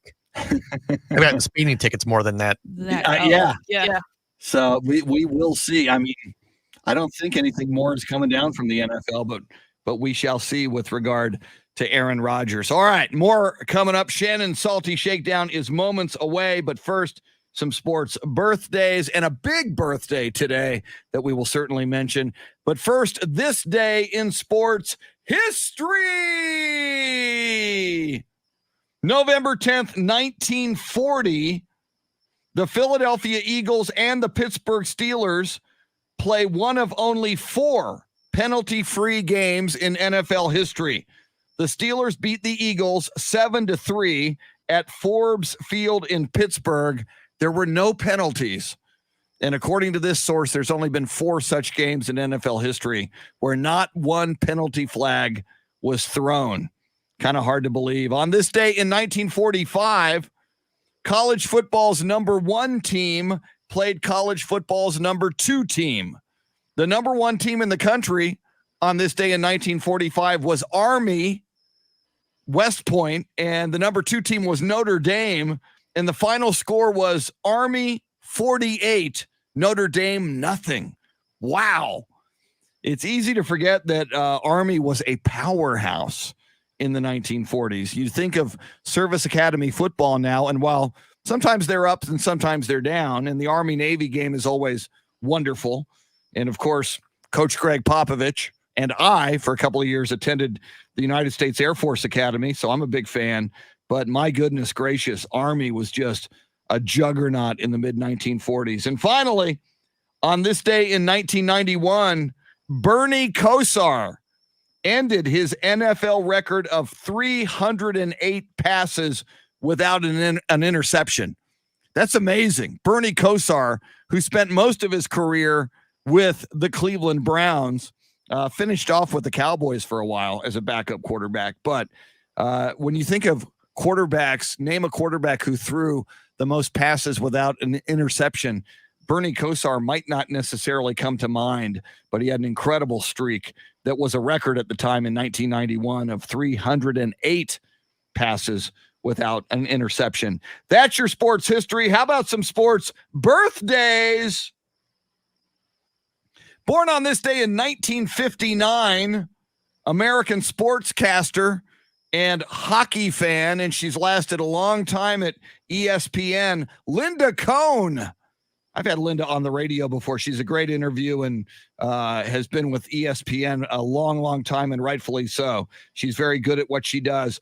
Also born on this day in 1963, former coach of the Green Bay Packers, now coach of the Dallas Cowboys, Mike McCarthy. Yes, now there's a coach that I really liked for the Cowboys. Mike McCarthy, born on this day in 1963 in Pittsburgh, Pennsylvania. Born on this day in 1972, NFL wide receiver with the St. Louis Rams, Isaac Bruce, was born in Fort Lauderdale, Florida. Another NFL wide receiver who had some legal problems, hit somebody with a vehicle once and killed them, Dante Stallworth, spent most of his career with the New Orleans Saints, was later with the Cleveland Browns. Dante Stallworth, born this day in Sacramento, California in 1980. And the final sports birthday, before we get into a big birthday today, Spanish golfer Jon Rahm, born on this day in 1994, winner of the U.S. Open in 2021, Ryder Cup champion in 2018. Jon Rahm, born in Barrica, Spain, on this day in 1994. And a number of people have told us this morning, most recently Anthony Del Toro, saying, don't forget, today is the birthday of the United States Marine Corps. That's right, the USMC, born on this day in 1775, enacted by the Continental Congress. They were originally called the Continental Marines, later changed their name to the United States Marine Corps. Today is their birthday. A salute to all Marines on this birthday of the United States Marine Corps. And don't forget, tomorrow is Veterans Day as well. So honor all Marines, honor all who serve. Happy birthday, USMC. Those are your sports and United States Marine Corps birthdays. That's your sports history. And now, ladies and gentlemen, boys and girls, friends, Romans, countrymen, pole assassins, and monkeys, it's time once again for your salty shakedown. All right, Chris, I'm going to be asking you to pick some sides today during the salty shakedown, starting with what was a trending topic in the Twitterverse yesterday.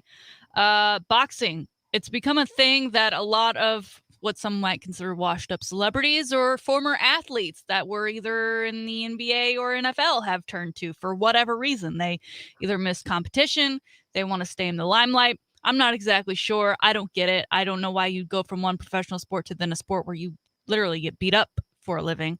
But they're doing it, and we're getting another one come December 18th on the undercard of the Jake Paul-Tommy Fury fight. Will be one Darren Williams, formerly of the NBA, versus Frank Gore, formerly of the NFL. So you hear that, sir. That'll be their first pro boxing matches, or their debut, if you will, into the world of boxing. Gore has given up recently NFL advances, right? RBs have been needed lately with lots of injuries and things of that nature, especially during COVID times. But he gave up all those advances so he could focus and get ready for his first official fight. And Williams, who's been out of the NBA, apparently has been a combat sport enthusiast and has trained for years in mixed martial arts. For reference, Darren Williams is 37, Frank Gore 38. They're fighting in the 215-pound weight class, and they will have 4 rounds. If you had to pick a side, if you had to pick a winner right now, having seen neither of them, because it is their boxing debut, who are you taking in this fight?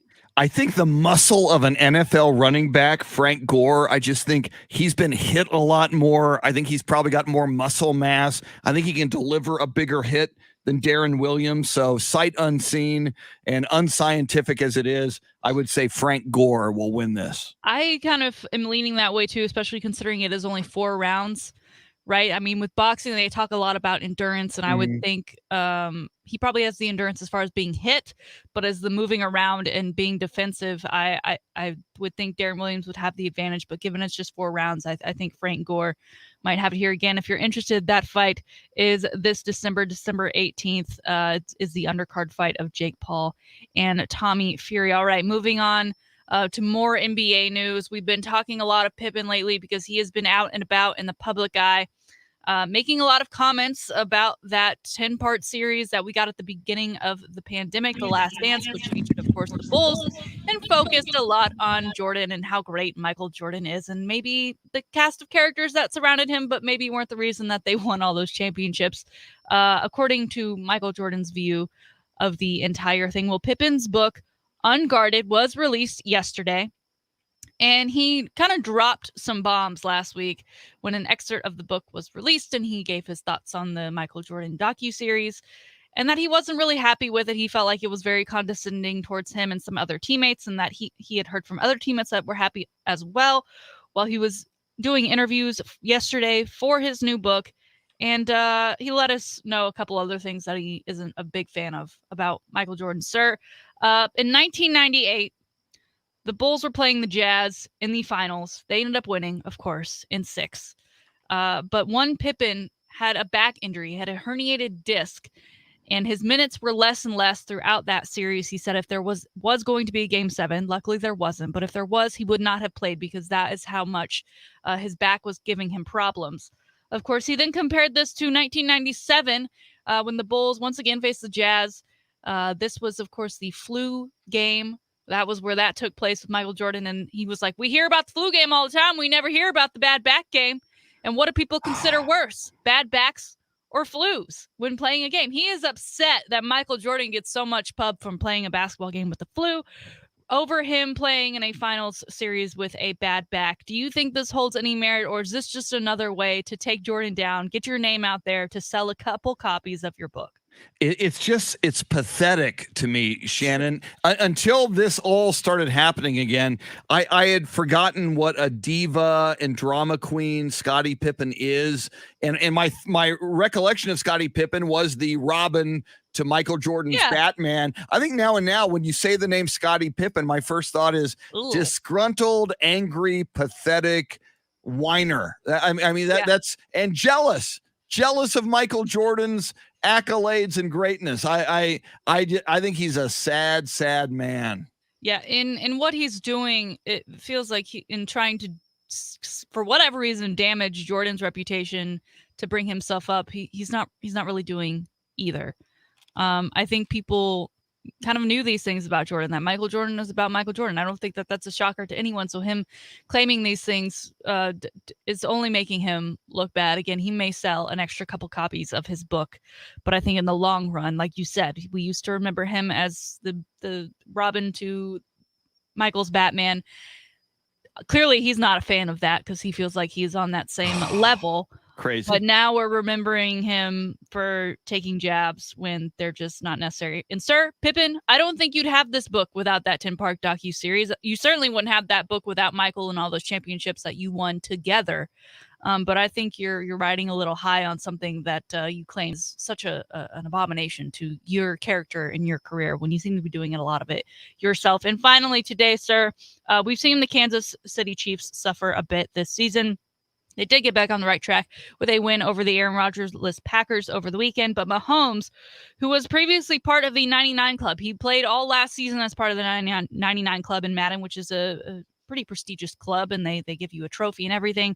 He started this season as the 99 Club as a cover athlete of the game once again. But, sir, he has since dropped to a 98 thanks to the Chiefs' current standings and the way their season is going.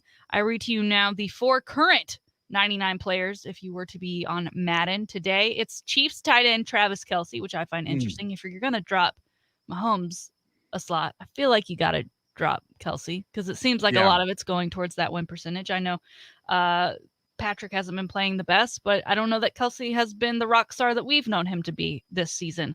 Rams defensive tackle Aaron Donald. I think he's worthy of the 99. I don't think we'd see any arguments with that. Packers wide receiver Devonta Adams.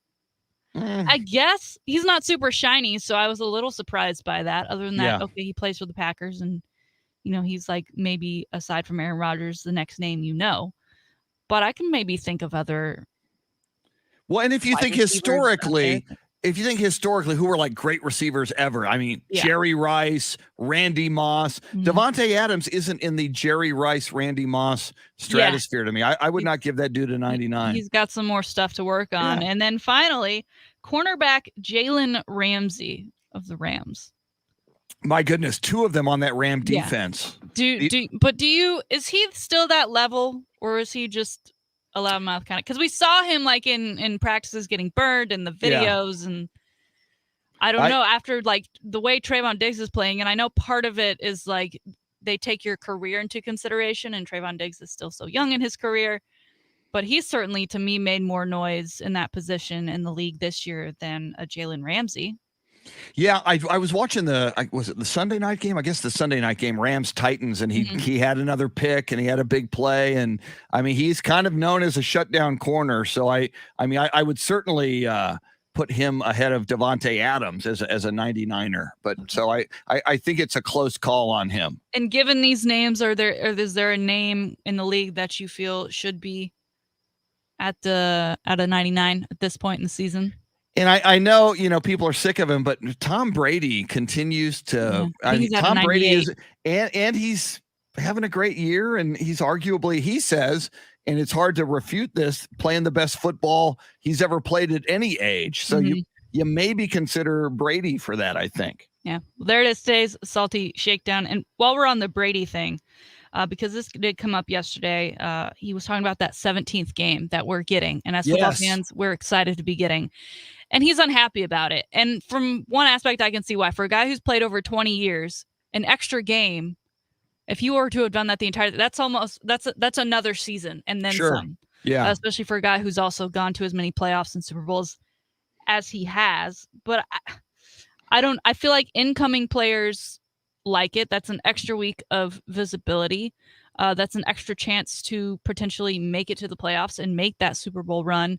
I kind of feel like he's in the minority, but yet a lot of players that are at his level in age and veteranship within the league probably have that same sentiment. I know as a fan, I do not. I'm here for it. More football, good football.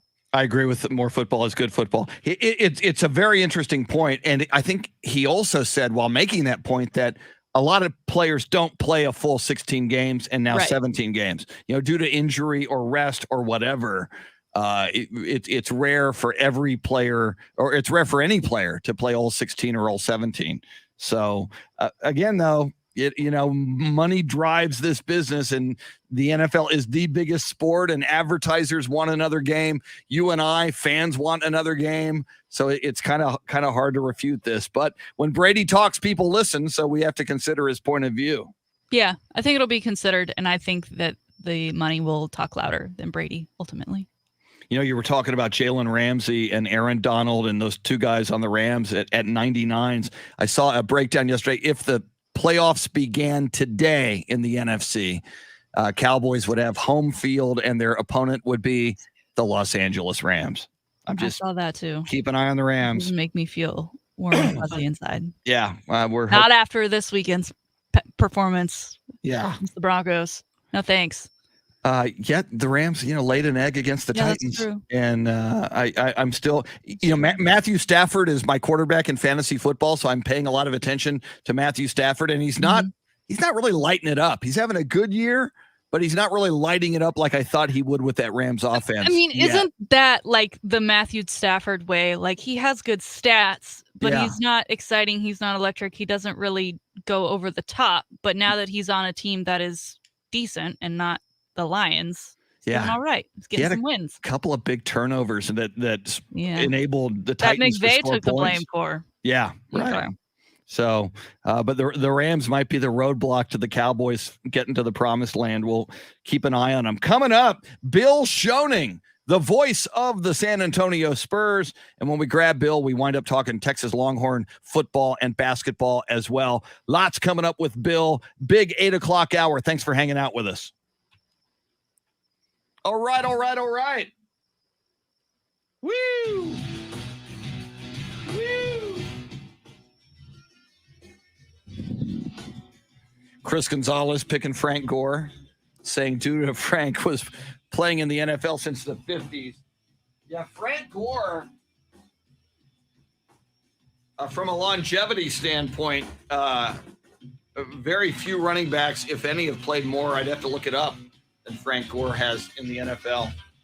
Quite the career. All right. I'm going to grab some ice for my iced tea while Mike Taylor sits in. Thank you, Mike.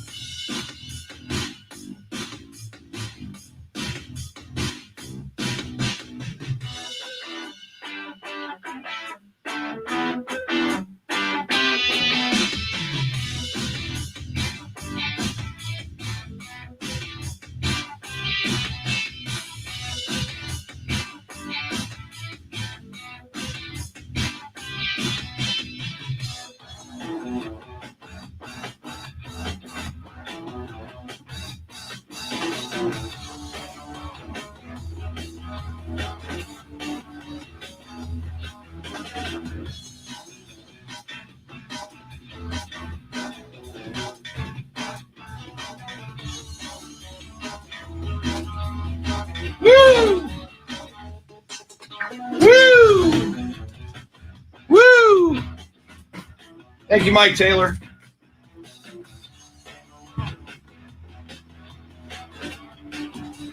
I got my ice. Robert, good morning.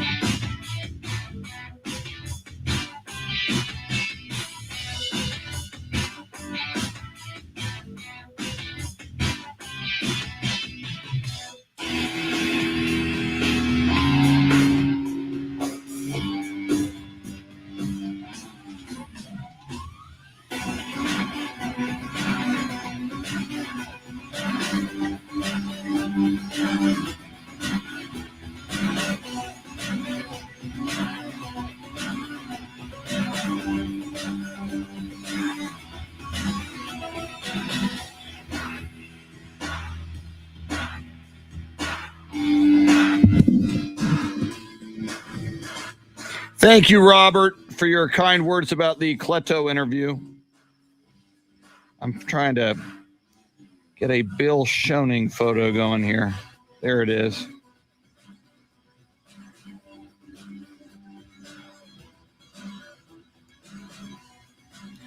I had one last time we talked to Bill, but it was too wide. I finally realized they need to be a little thinner or it blocks part of the screen.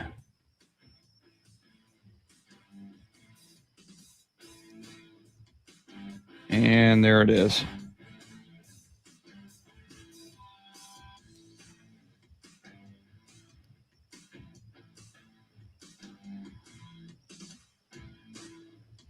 All right.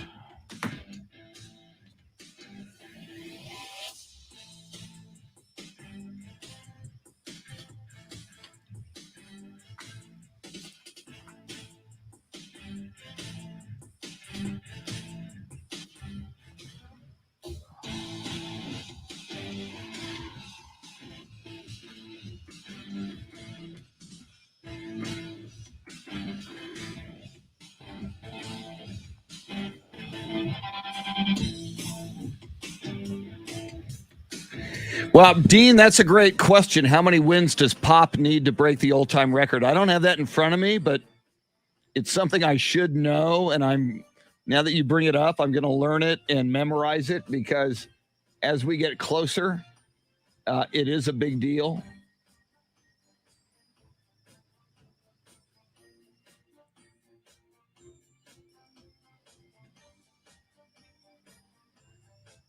There's the Bill Schoening photo.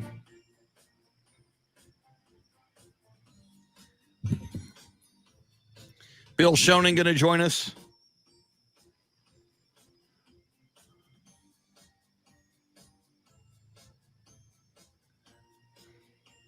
Spurs taking on the Sacramento Kings tonight.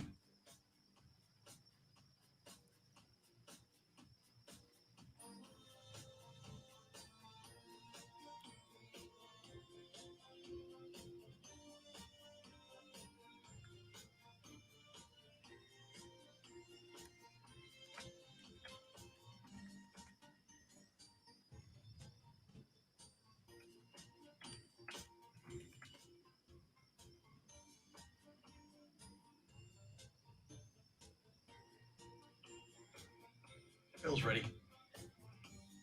Thank you, sir.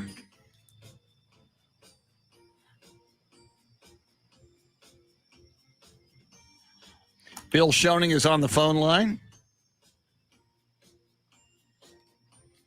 Let's see. Jason Paniagua says he thinks it's 23 more wins for Coach Pop.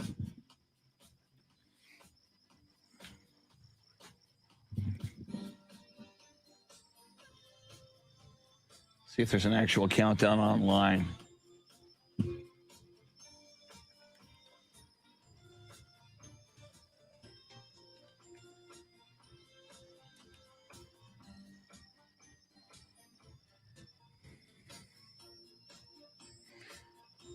Okay, Don Nelson is 1335.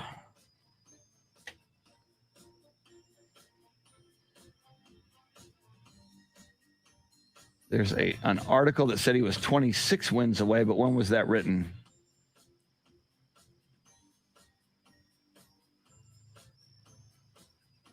So was it 26 at the beginning of the season? That would make it 23. Okay, so yeah, I think 23 is the number, but I'll have to confirm that. I think this was the beginning of the year. Yeah. Yeah, he was 26 at the beginning of the year. So that would mean 23. Here we come. Good question, though. It's something that I need to keep an eye on. This is the Chris Duel Show. Hook 'em, Dave Emilio Castanuela. Welcome in.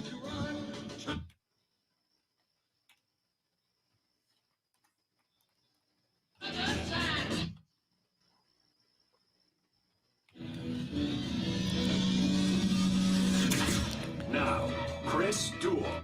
It is the midpoint of the week. It is a Spurs game night. It's the Chris Duel Show with Shannon, Salty, Sweeney. Lots to talk about. NFL, NBA, college football, college basketball now up and running.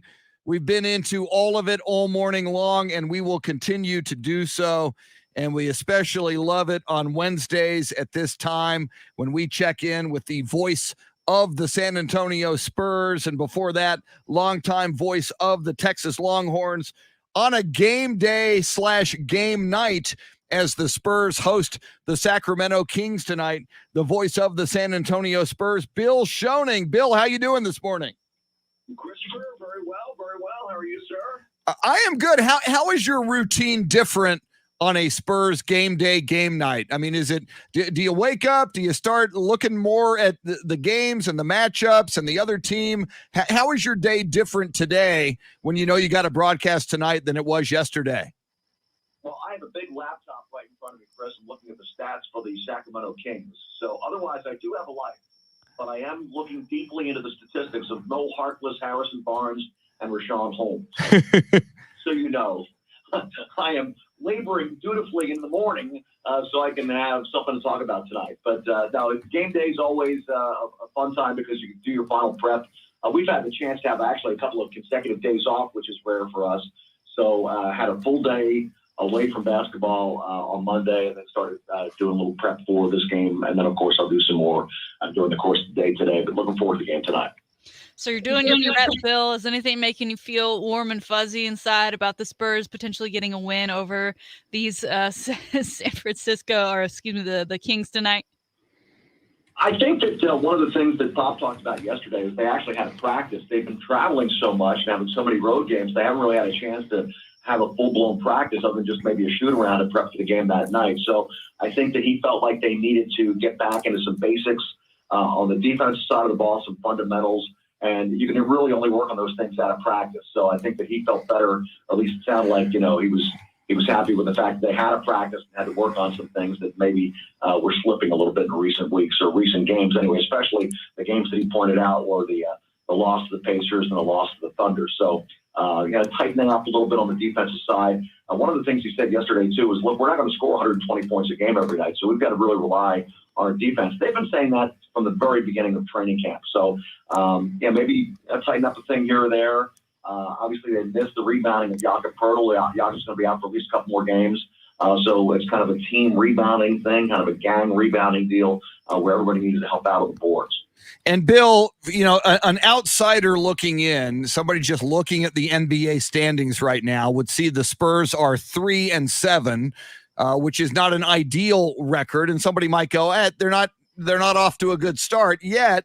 As you know, and I know, paying very, very close attention to these games, in these 10 games to start the season, the Spurs were right there in the fourth quarter competing to win each game except one. The Pacers game was out of hand in the fourth quarter. Other than that, the other 9 were tight, hard-fought games. So as a Spurs fan, since they came to town, as I am, I'm feeling pretty good about this team. There's been a lot of excitement. There's I think there's a lot of potential for this youngest team ever that Coach Greg Popovich has coached in the NBA. How would you assess the first 10 games of this season thus far? I think there have been some good positives. You know, this is a team that gets out and runs. They're in the top 5 in the league in assists, field goal percentage, and fast break. They haven't shot the 3 as well as they'd like. They haven't shot the free throws as well as they'd like. But I think they're competing each and every night. I think that there's a lot to be encouraged about. You mentioned the fact that out of these 7 losses, 6 have been really tight losses. So it's a young team that's still trying to learn how to win. And I think that, you look at, the process that they're going through to try to get better and try to get more experience. And I think that maybe eventually we'll see these plays be positive winning plays down the stretch rather than the occasional missed free throw or the missed assignment or a turnover. These are the little things that kind of add up, especially in the fourth quarter. They're really, really tough to overcome sometimes when you're playing a team that might have a little bit more experience. So I think that, there are certainly some positives here with this ball club. But again, it's a young team and it's going to get better. And just a matter of trying to get through the valley before you get to the mountain. Well, Bill, you mentioned free throws there, and I was shocked to see. I was doing some research of my own on the Spurs and just looking at team stats compared to the rest of the league. Spurs, the worst in the league with 70% free throw percentage. What is it going to take for them? I mean, is it discipline? Are they just fatigued when they're getting to the line? What's going on there? I think that sometimes, and I can't speak for every player, obviously, everybody's got their own different things they do at the free throw line, but I think sometimes free throws are a mental thing. Whatever is in your mind, because it's a real easy shot, right? 15 feet away, there's nobody guarding you. You practice them all the time. You see guys before practice, after practice, to get their free throws up before you leave the shoot around or before you leave practice.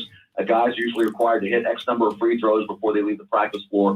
So I think sometimes it's more of a mental thing. At the last game, they didn't get to the line. They only had 9 free throws attempted in the last ball game, and they only had, I think, going into the fourth quarter, maybe just a couple of free throws. In fact, I even had my statistician, Walter Stoops, look up to see fewest free throws attempted by the Spurs in a game. I think the fewest was 5 and the fewest made was 2. They eventually got to the line 9 times in that game. But you want to get to the line a little bit more because that's where you can get some easy points. And they didn't get to the line at all in the last game. So then, of course, once you get to the line, you need to hit them. Well, and Bill, you were talking a moment ago as we speak with the voice of the San Antonio Spurs, Bill Schoening. You were talking about some of these statistics that the Spurs are in the top 10 in, and one that I heard you bring up on the broadcast the other night when they played Oklahoma City was pace. They're in the top 10 in pace. They might even have been at one point, or might now be like number 5 in the league in pace. And to me, that is suggesting that they are moving the ball up and down that court pretty quickly. And that seems to be, we talked about this dating back to preseason. One of the goals of this young team is to move that ball quickly and get that ball down the court and get a shot up pretty quickly. Yeah, you got to take advantage of what you got. It's a young athletic team that likes to get up and down the floors, so you obviously want to play with that pace. I think that when you see a Spur get a defensive rebound, it's very rare this season to see the guy get the ball, cradle the ball, and just hand it to a guard. Usually it's a defensive rebound. A lot of times DeJounte Murray's getting the rebound because he's averaging 9 per game almost. So he'll get that rebound and go. Or any of the bigs that gets the rebound, they're quickly looking up floor to get the ball to midcourt with a quick outlet pass and maybe create a fast break opportunity or a 3-on-2 or maybe a transition 3 or drive to the basket to get a foul. So there are things they're trying to do to really quicken the pace. They don't want, and even in the half court, you see guys with the ball and you want to get rid of it right away. Have your mind made up. I remember I had a baseball coach named Chet DeMedio when I was in, I guess this is way back when I was a teenager, but one of the things he always said was, if you're playing defense, this is in baseball now, think about where you're going to go if the ball comes to you. If a ground ball is hit to you, what's the situation? Where are you going to go with it? Always be a step ahead. And that's the same thing with the Spurs. When the ball comes to you, are you going to try to drive it? Are you going to try to kick it out? You're going to try to take a quick shot. You've got these things going in your mind, but you don't want to hold it because when you hold it, you give the defense a chance to kind of catch up. And you want to try to be a step ahead of the defense if you can. Bill, I find it so interesting looking at these Spurs stats. You just mentioned all of the fast break and opportunities that they're getting and how they're kind of working the ball on the offensive end. They are second in the league when it comes to field goal attempts, but they're 29th in the league when it comes to three-point attempts. We kind of talked about it last year where even Pop mentioned they need to start shooting the 3-ball more and more effectively at that. But this year, they're not even shooting it more. If anything, they're shooting it less. And then when they are shooting it, it's really not going in. Do you see an effort from game to game so far this season that they are trying to shoot more threes, that they are trying to get that 3-ball to hit? Because in this league where everyone is shooting threes, I feel like that's part of their downfall of not winning games, especially close games, because 3 is worth more than 2. And when the other team is shooting them and hitting them, it's going to be hard to come back from that when all you're doing is going inside. Yeah, this is not a roster full of guys that shoot a lot of three-pointers. So I think that that's still a process that's going on. For instance, your starting forward, Keldon Johnson, is only 3 for 21 from three-point range. Now, he said yesterday that he's going to keep shooting them because, that's what he needs to do. He needs to start hitting those, obviously, on a more consistent basis. But you've got some guys that just aren't natural three-point shooters. I think that we've seen some improvement from some of the guys shooting threes. I think, one of the guys is DeJounte Murray, who I think the last time I checked was worth right around 36% from three-point range. I'm sure he'd like that to be a little bit higher, but that is definitely higher than last year. So you've got some guys that just aren't natural guys that shoot threes. Now, Doug McDermott obviously was brought in to try to, get a little bit more production from the 3-point line, and then bring Forbes off the bench. I think Devin Vassell is going to become a very good 3-point shooter. He doesn't hesitate when he's got a chance to fire a 3. So there's some guys that are improving in that area as we speak. And Bill, we talk about these tight games that the Spurs have been in. 9 of the 10 have been very, very tight down the stretch. And I see a lot of Spurs fans asking, who will emerge as the closer? I know late last season, it seemed that, when the game was on the line, the ball was often in the hands of DeMar DeRozan. Obviously, he's moved on to the Chicago Bulls. Are you 10 games in? Are you noticing anybody who might be emerging as the guy to put the ball into his hands in the waning moments when we need a basket? I think DeJounte Murray is that guy right now. He has been kind of the leader of this ball club. He's been in the system longer than anybody. He's a natural leader. He's a point guard. He's a take charge type guy. And I think that he is the guy right now that the Spurs would lean on a lot in the fourth quarter. There's some other guys emerging, but right now I would say that DJ is the guy. Bill, college basketball tipped off last night. Texas was part of the fun. They are ranked number 5 in the nation. Put a beat down on Houston Baptist 92-48. But the big one this weekend, Texas number 5 against Gonzaga, number 1 in the country. I know it's early. I know we're not completely sure of what we have, and I know that most of your focus is on the NBA. But what do you think of this matchup? I haven't had a chance to be very honest with you, Salty, to even look at Gonzaga or Texas for that matter, just to be very honest. So I'd be out of school if I started breaking down the Gonzaga-Texas game this weekend because I just haven't had a chance to really watch very much. I'm pretty much focused on the NBA right now. It's amazing the job that Mark Few has done at Gonzaga because we see all these Gonzaga players now throughout the NBA. And, it's very good to see a small program, little Catholic school in Spokane, Washington, becoming such a powerhouse in college basketball. But I can't break down that game for you. Sorry. I just really don't know much about either team, to be honest with you. Well, and I find it amazing, Bill, as you mentioned Gonzaga in Spokane, Washington. And I remember, 10, 15 years ago, maybe more by now, maybe it's 20, when Gonzaga was kind of a novelty. It was like, oh my gosh, how is this little school from Spokane, Washington, seemingly consistently going to the Sweet 16 and making so much noise in the tournament? And yet now we speak of Gonzaga as if they're a Duke or a powerhouse. And I just find it remarkable the consistency that Gonzaga has created and enjoyed in the NCAA hoops all of these years now. And they're in a very good conference that I think is underrated, that West Coast Conference. Patty Mills, of course, came out of that conference, St. Mary's.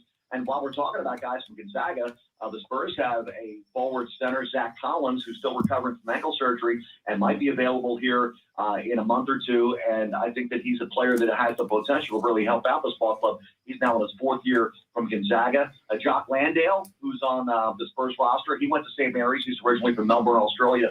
And he's part of that conference as well. So I think that conference is underrated, but Gonzaga certainly has been a destination really for a lot of the guys from different parts of the country and from the upper Pacific Northwest to go to school there. But they have been very consistent. So hats off to Mark Few and the job that he has done there at Gonzaga. More coming up with the voice of the San Antonio Spurs, Bill Schoening. But right now it's 8:20. We do this on the 20s all day long until 9:20 in the evening. Somebody wins $1,000 every hour. It could be you. It's the Grand in Your Hand cash contest, and here it is. Now, your chance to win $1,000. Text the nationwide keyword GRAND to 200-200. You'll get a confirmation text and info. Standard data and message rates apply in this nationwide contest. That's GRAND to 200-200. Talking with the voice of the San Antonio Spurs, Bill Schoening. And Bill, when we get the opportunity to speak with you, often, Shannon brought up Longhorn basketball, but also we love talking a little Longhorn football with you, given your many years as the voice of the Texas Longhorns. It's been a kind of a rough ride for the Longhorns, now that tough loss at Iowa State after those 3 losses to ranked teams where the Longhorns had the double-digit leads and let those get away. They didn't have a double-digit lead at Iowa State, but they did lead at halftime 7-3. Now with 3 games left, the Longhorns need to win 2 of these 3 games to become bowl eligible. Your thoughts as you have watched this season unfold for the Texas Longhorns, your thoughts about where this program is right now, and what do you think the goals are for Coach Steve Sarkisian and this program with 3 regular season games left to play? Well, I think those goals probably have been altered a little bit. Right now, you just want to win 2 of these next 3 games to make sure that you get to a bowl game and get those extra practices in that I know coaches have talked about all the time. When you're eligible for a bowl game, you get another several weeks of practice in preparation for the bowl game, and that's always good for the following season, especially when you have a lot of young players. But it seems to me that they really need to make sure that in recruiting they address the offensive line and the defensive line. The defensive line did not look good in that game against Iowa State. So there's a lot of building to do in terms of personnel, and he just needs to try to keep, I'm talking about Coach Sarkisian, try to keep it positive because in the Austin area, and Shannon will back me up on this, it's pretty tough when the Longhorns are struggling because this is the big game in town, the Longhorns. There's a lot of attention paid to those guys in Burnt Orange, and the expectations are always going to be very high, even for a first-year coach. So I'm sure that they're all disappointed. They get back to work. Obviously, they got the Kansas Jayhawks this week, which is usually a pretty good remedy to start feeling a little bit better. But they've got bigger goals in mind than the Kansas Jayhawks. They need to make sure they get back to work and get this program going in the right direction. I still think he's a good coach, and I still think that they can get there. But it's been a little disappointing to see the way they finished games the last few weeks. Yeah, and obviously I think maybe expectations were a little too high in a first year when you come in with a whole new regime, creating a new culture, and using predominantly players that were the previous guy's players, Tom Herman's. So maybe this was to some extent to be expected. Finally, Bill, while the Spurs host the Sacramento Kings tonight, you'll have the call tip-off just after 7:30, our pregame Spurs radio game night on 1200 WOAI and the Spurs Radio Network, 7 o'clock tonight. Friday night, the Dallas Mavericks come to town, and one Shannon Salty Sweeney, I'm trying to rehabilitate her, but she is a card-carrying Dallas Mavericks fan, and there is a chance, we'll know by later today, Bill, a chance Shannon may be going to her first Spurs game ever on Friday night, and I have told her if she does that, one of the things she has to do is go say hello to Mr. Bill Schoening. If she approaches you, Bill, and she is wearing Mavericks gear, will you big time her? Will you say, nope, don't come near me with that Mavericks gear? How would you handle a situation like that? I would greet her warmly, without a doubt, no question about that.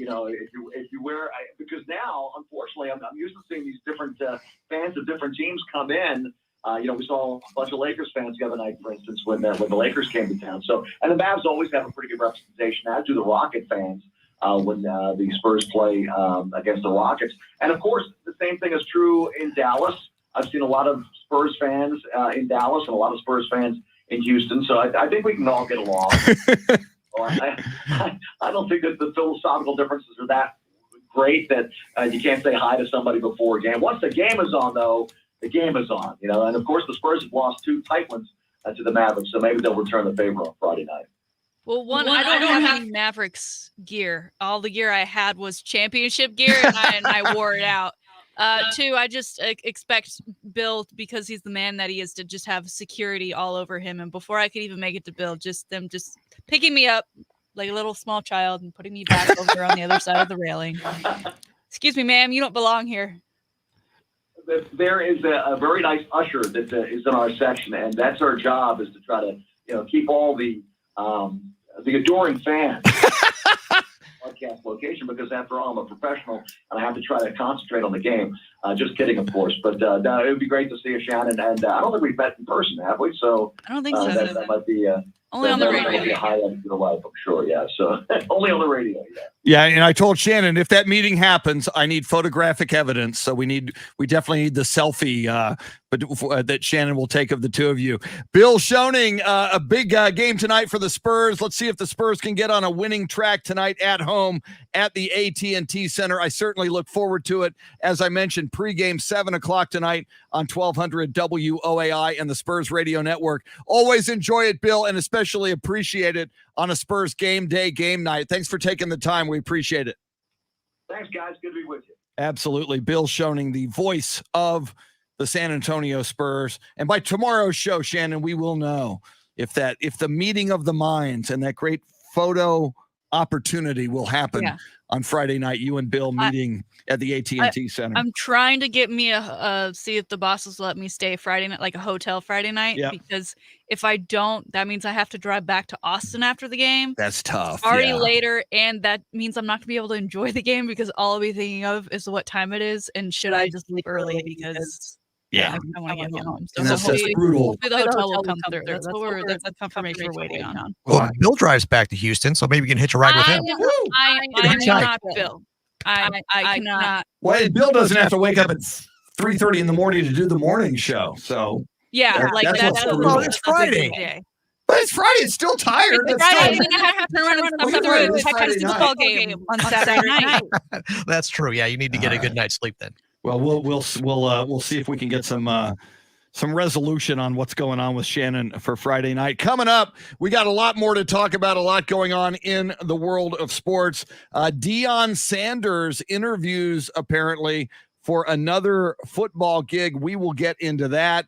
COVID affecting multiple sports on multiple levels still. We'll talk about that and more. And a Texas defensive line coach goes off in a video / audio that we can't even play on the radio because it is peppered with F-bombs. I want to get Shannon's reaction to that as well. Lots more to cover in the final half hour. She's Shannon Salty Sweeney, Dave Oehler, your Soundscape stylist. I'm Chris. Thanks for hanging out with us on the Chris Duel Show. All right. Woo! Let's see here.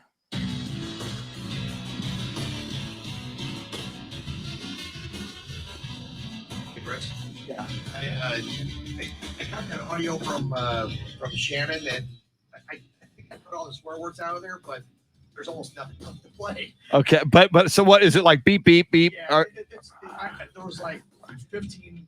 Yeah. In less than 30 seconds. Do you think is it usable? Is it funny just because it's so cut up, or what? What do you think? All it is a bunch of beeps. Okay. It's almost not worth playing because there's no content there anymore. All right. Well, maybe we'll just have you talk to you about that. That you tried to edit it for radio, so I think that's funny in and of itself.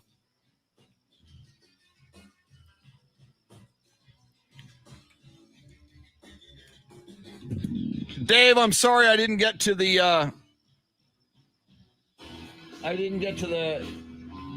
question on Spurs merchandise. I don't think he knows a lot more than we do about when that stuff goes on sale, although there is a Fiesta Colors game this month.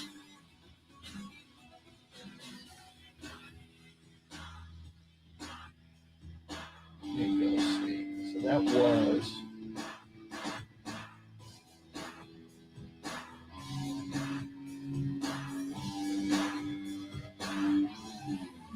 all right. Let's see if I can find something out here. I'll be right back. Thank you, Chris. Gotta get Mike Taylor into this shot. There he is. I always have to. That glare is always not ideal. Always a little bit of glare there we got to deal with.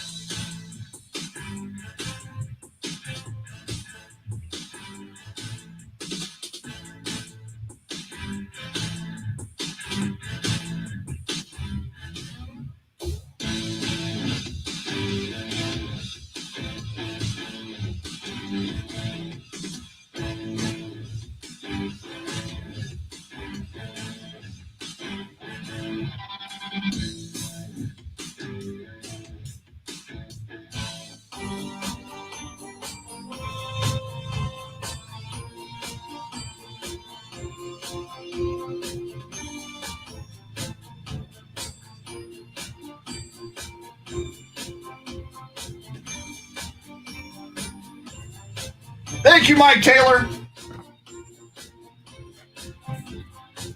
Mike Taylor and the Mike Taylor Dancers. The Mike Taylor Show, 4 to 7, wherever you're hearing this radio program.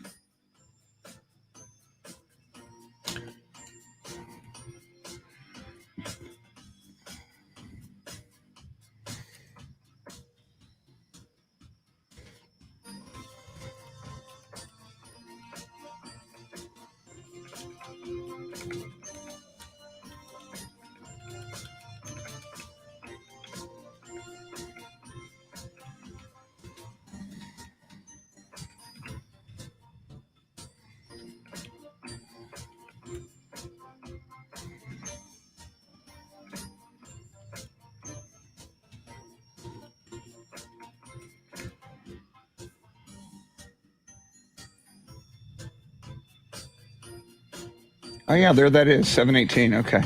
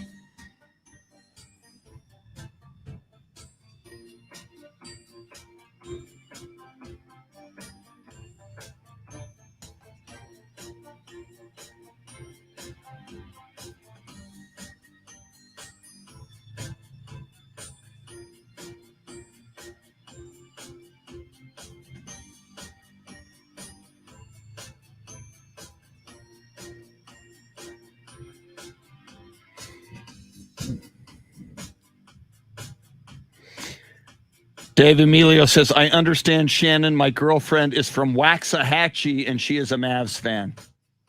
All right. And you like her anyway, which is nice. Nice of you. Here we come.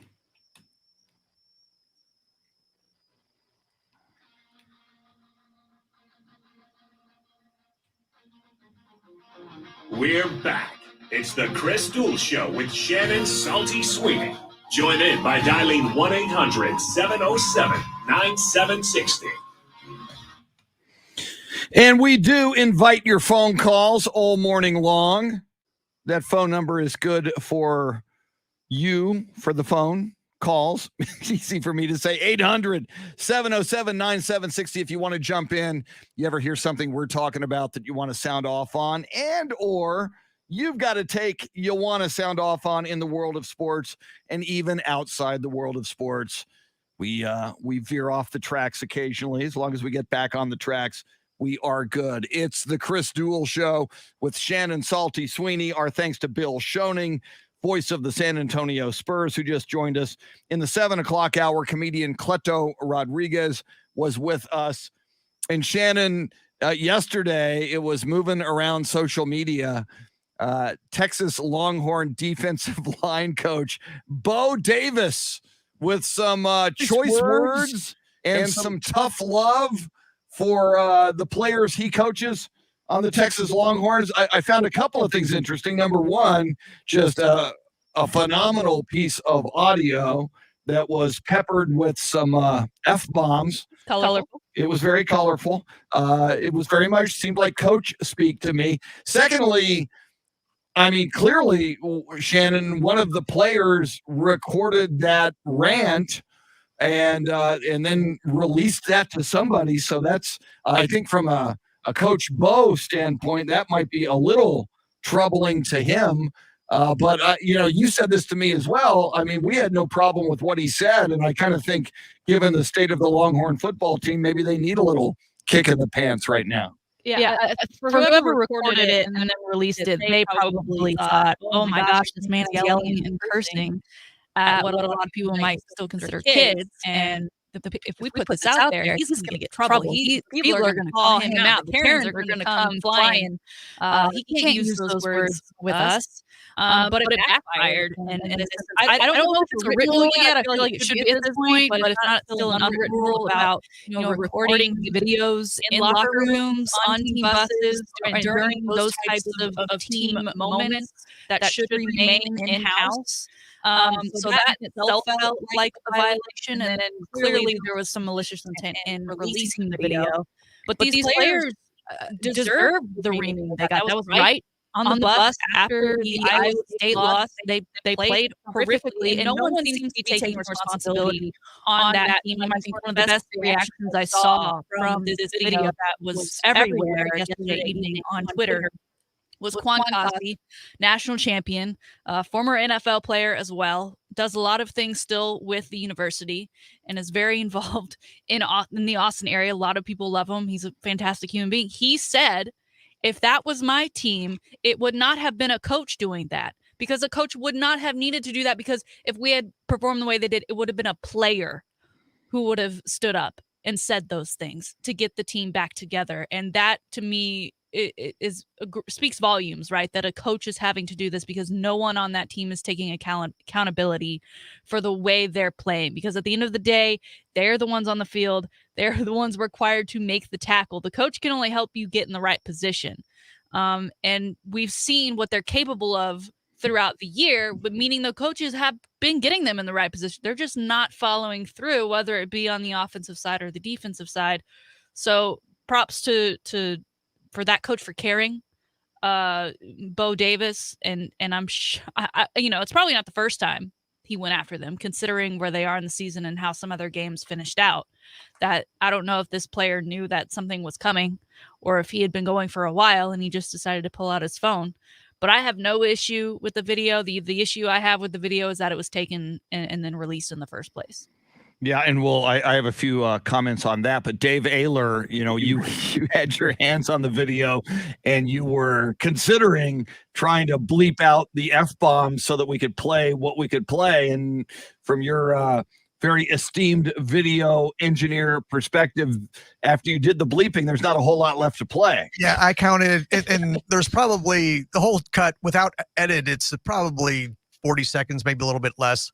And I counted at least 12 words I had to bleep out in 40 I seconds. I appreciate you giving the effort, because I knew when I sent it, I was like, context may just completely go away, other than the fact that it's late.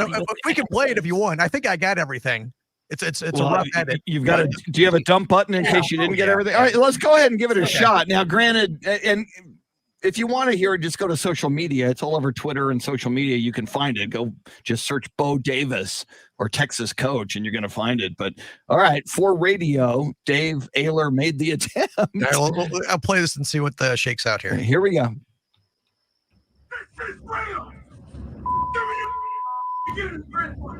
You want to go? Get it! This game, if you think you get it, go for this one. I got it. You think it's a go? So, and so it's no transfer.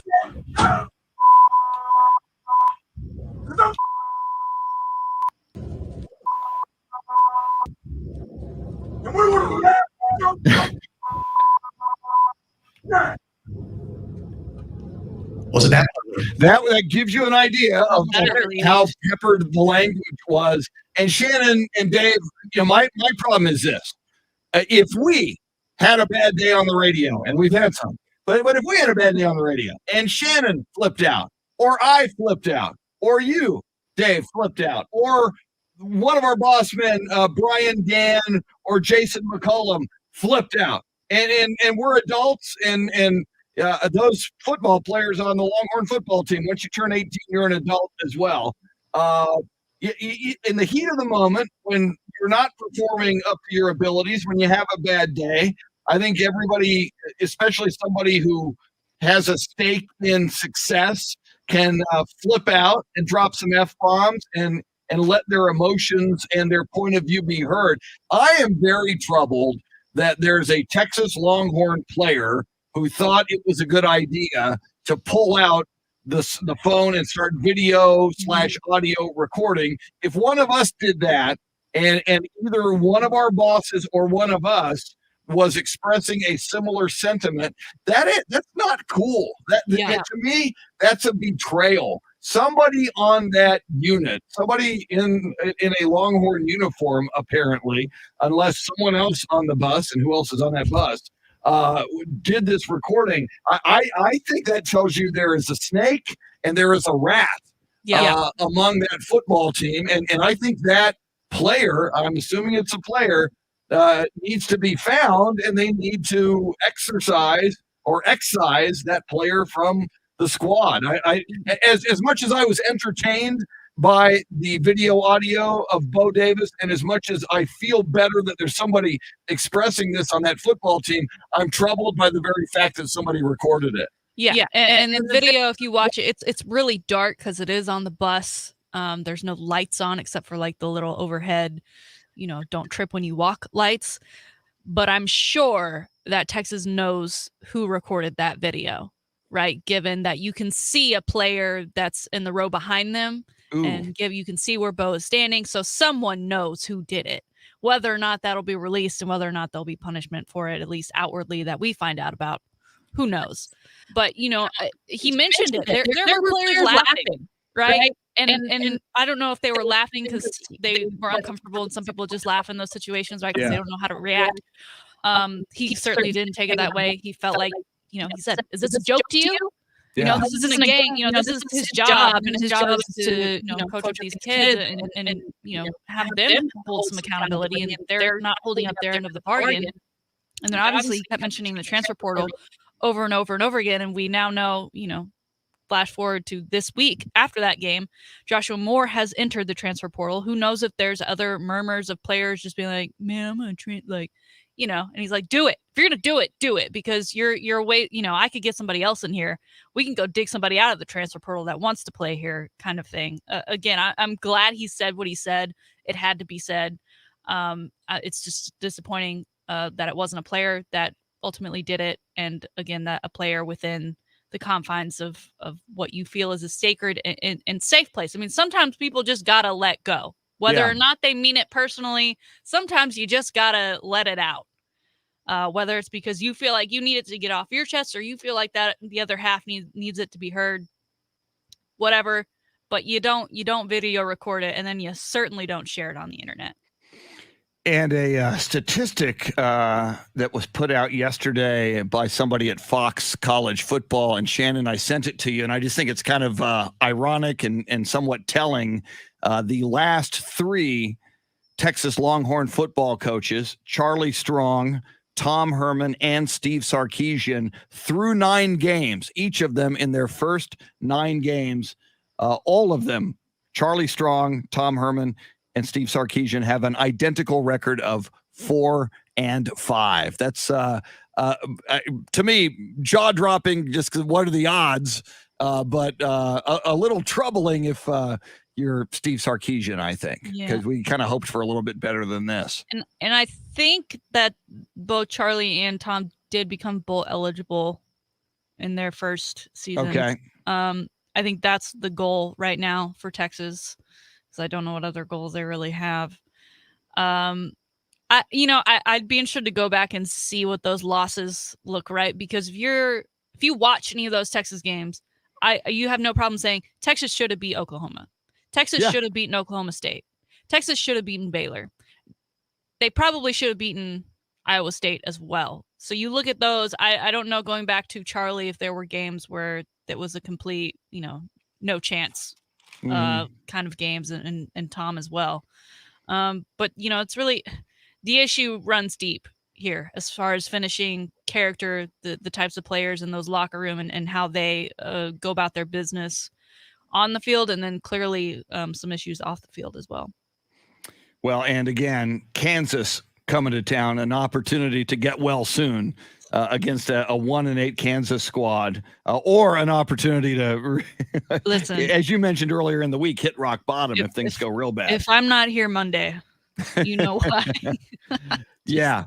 But I have a feeling, but then again, in our football picks, I mean, each of the last 3-4 weeks, I've picked Texas just because I thought, we almost beat Oklahoma, and then maybe you're the problem, beat Oklahoma State. So yeah, maybe I need to flip it, and then maybe you're the problem. They're 30-point favorites over Kansas. Just right this ship. So my goodness. All right, we lots we didn't get to today, but we will get to a lot tomorrow. Of course, we've got the Spurs tonight, and tomorrow being Thursday, we will embark upon the holy sacrament that is Thursday night football. So lots going on. And as you mentioned, this weekend, Shannon, not only Texas versus Kansas on the football field, but Texas versus Gonzaga in basketball, 9:30 Saturday night. 2 teams projected, at least by Sports Illustrated, to be in the Final Four. That's going to be a lot of fun. Yeah, it's going to be great. That Kansas game is at 6:30. Gonzaga, would we say 9:30? 9:30, yeah. So maybe kind of slightly overlap. Maybe a slight overlap, but packed weekend for Texas sports. And again, Texas women playing Stanford, number 3 in the country, on Sunday afternoon. So a whole lot going on, and we will be all over it. And I see our good friend Tanner Carlson, who's a huge Longhorn fan as well. Just tuned in. Yes, you cited Quan Cosby saying that a player should have made that rant. Yep. Yeah. But I would be interested to see the players on that bus, if you see someone leaving at the end of this season, maybe even forcibly, because I just think there's a rat among them if somebody recorded that and released it, especially thinking that would be viewed negatively, whereas you and I think a lot of people applaud Coach Bo Davis. And if you don't think that college football players hear the F-bombs, then you're not living in reality. Does that video make you want to play for Coach Davis? Hey, man. Yeah, I like a fiery guy. Yeah, I like a fiery guy with gravitas, especially a defensive line coach. Oh, yeah. Absolutely. All right. Shannon, great job as always. Let's do this in 21 hours. Let's do it. Woo! And maybe I'll see you in like this could be 4 hours. We'll get some resolution on that today sometime. Dave Oehler, tremendous job as always, sir. Thank you.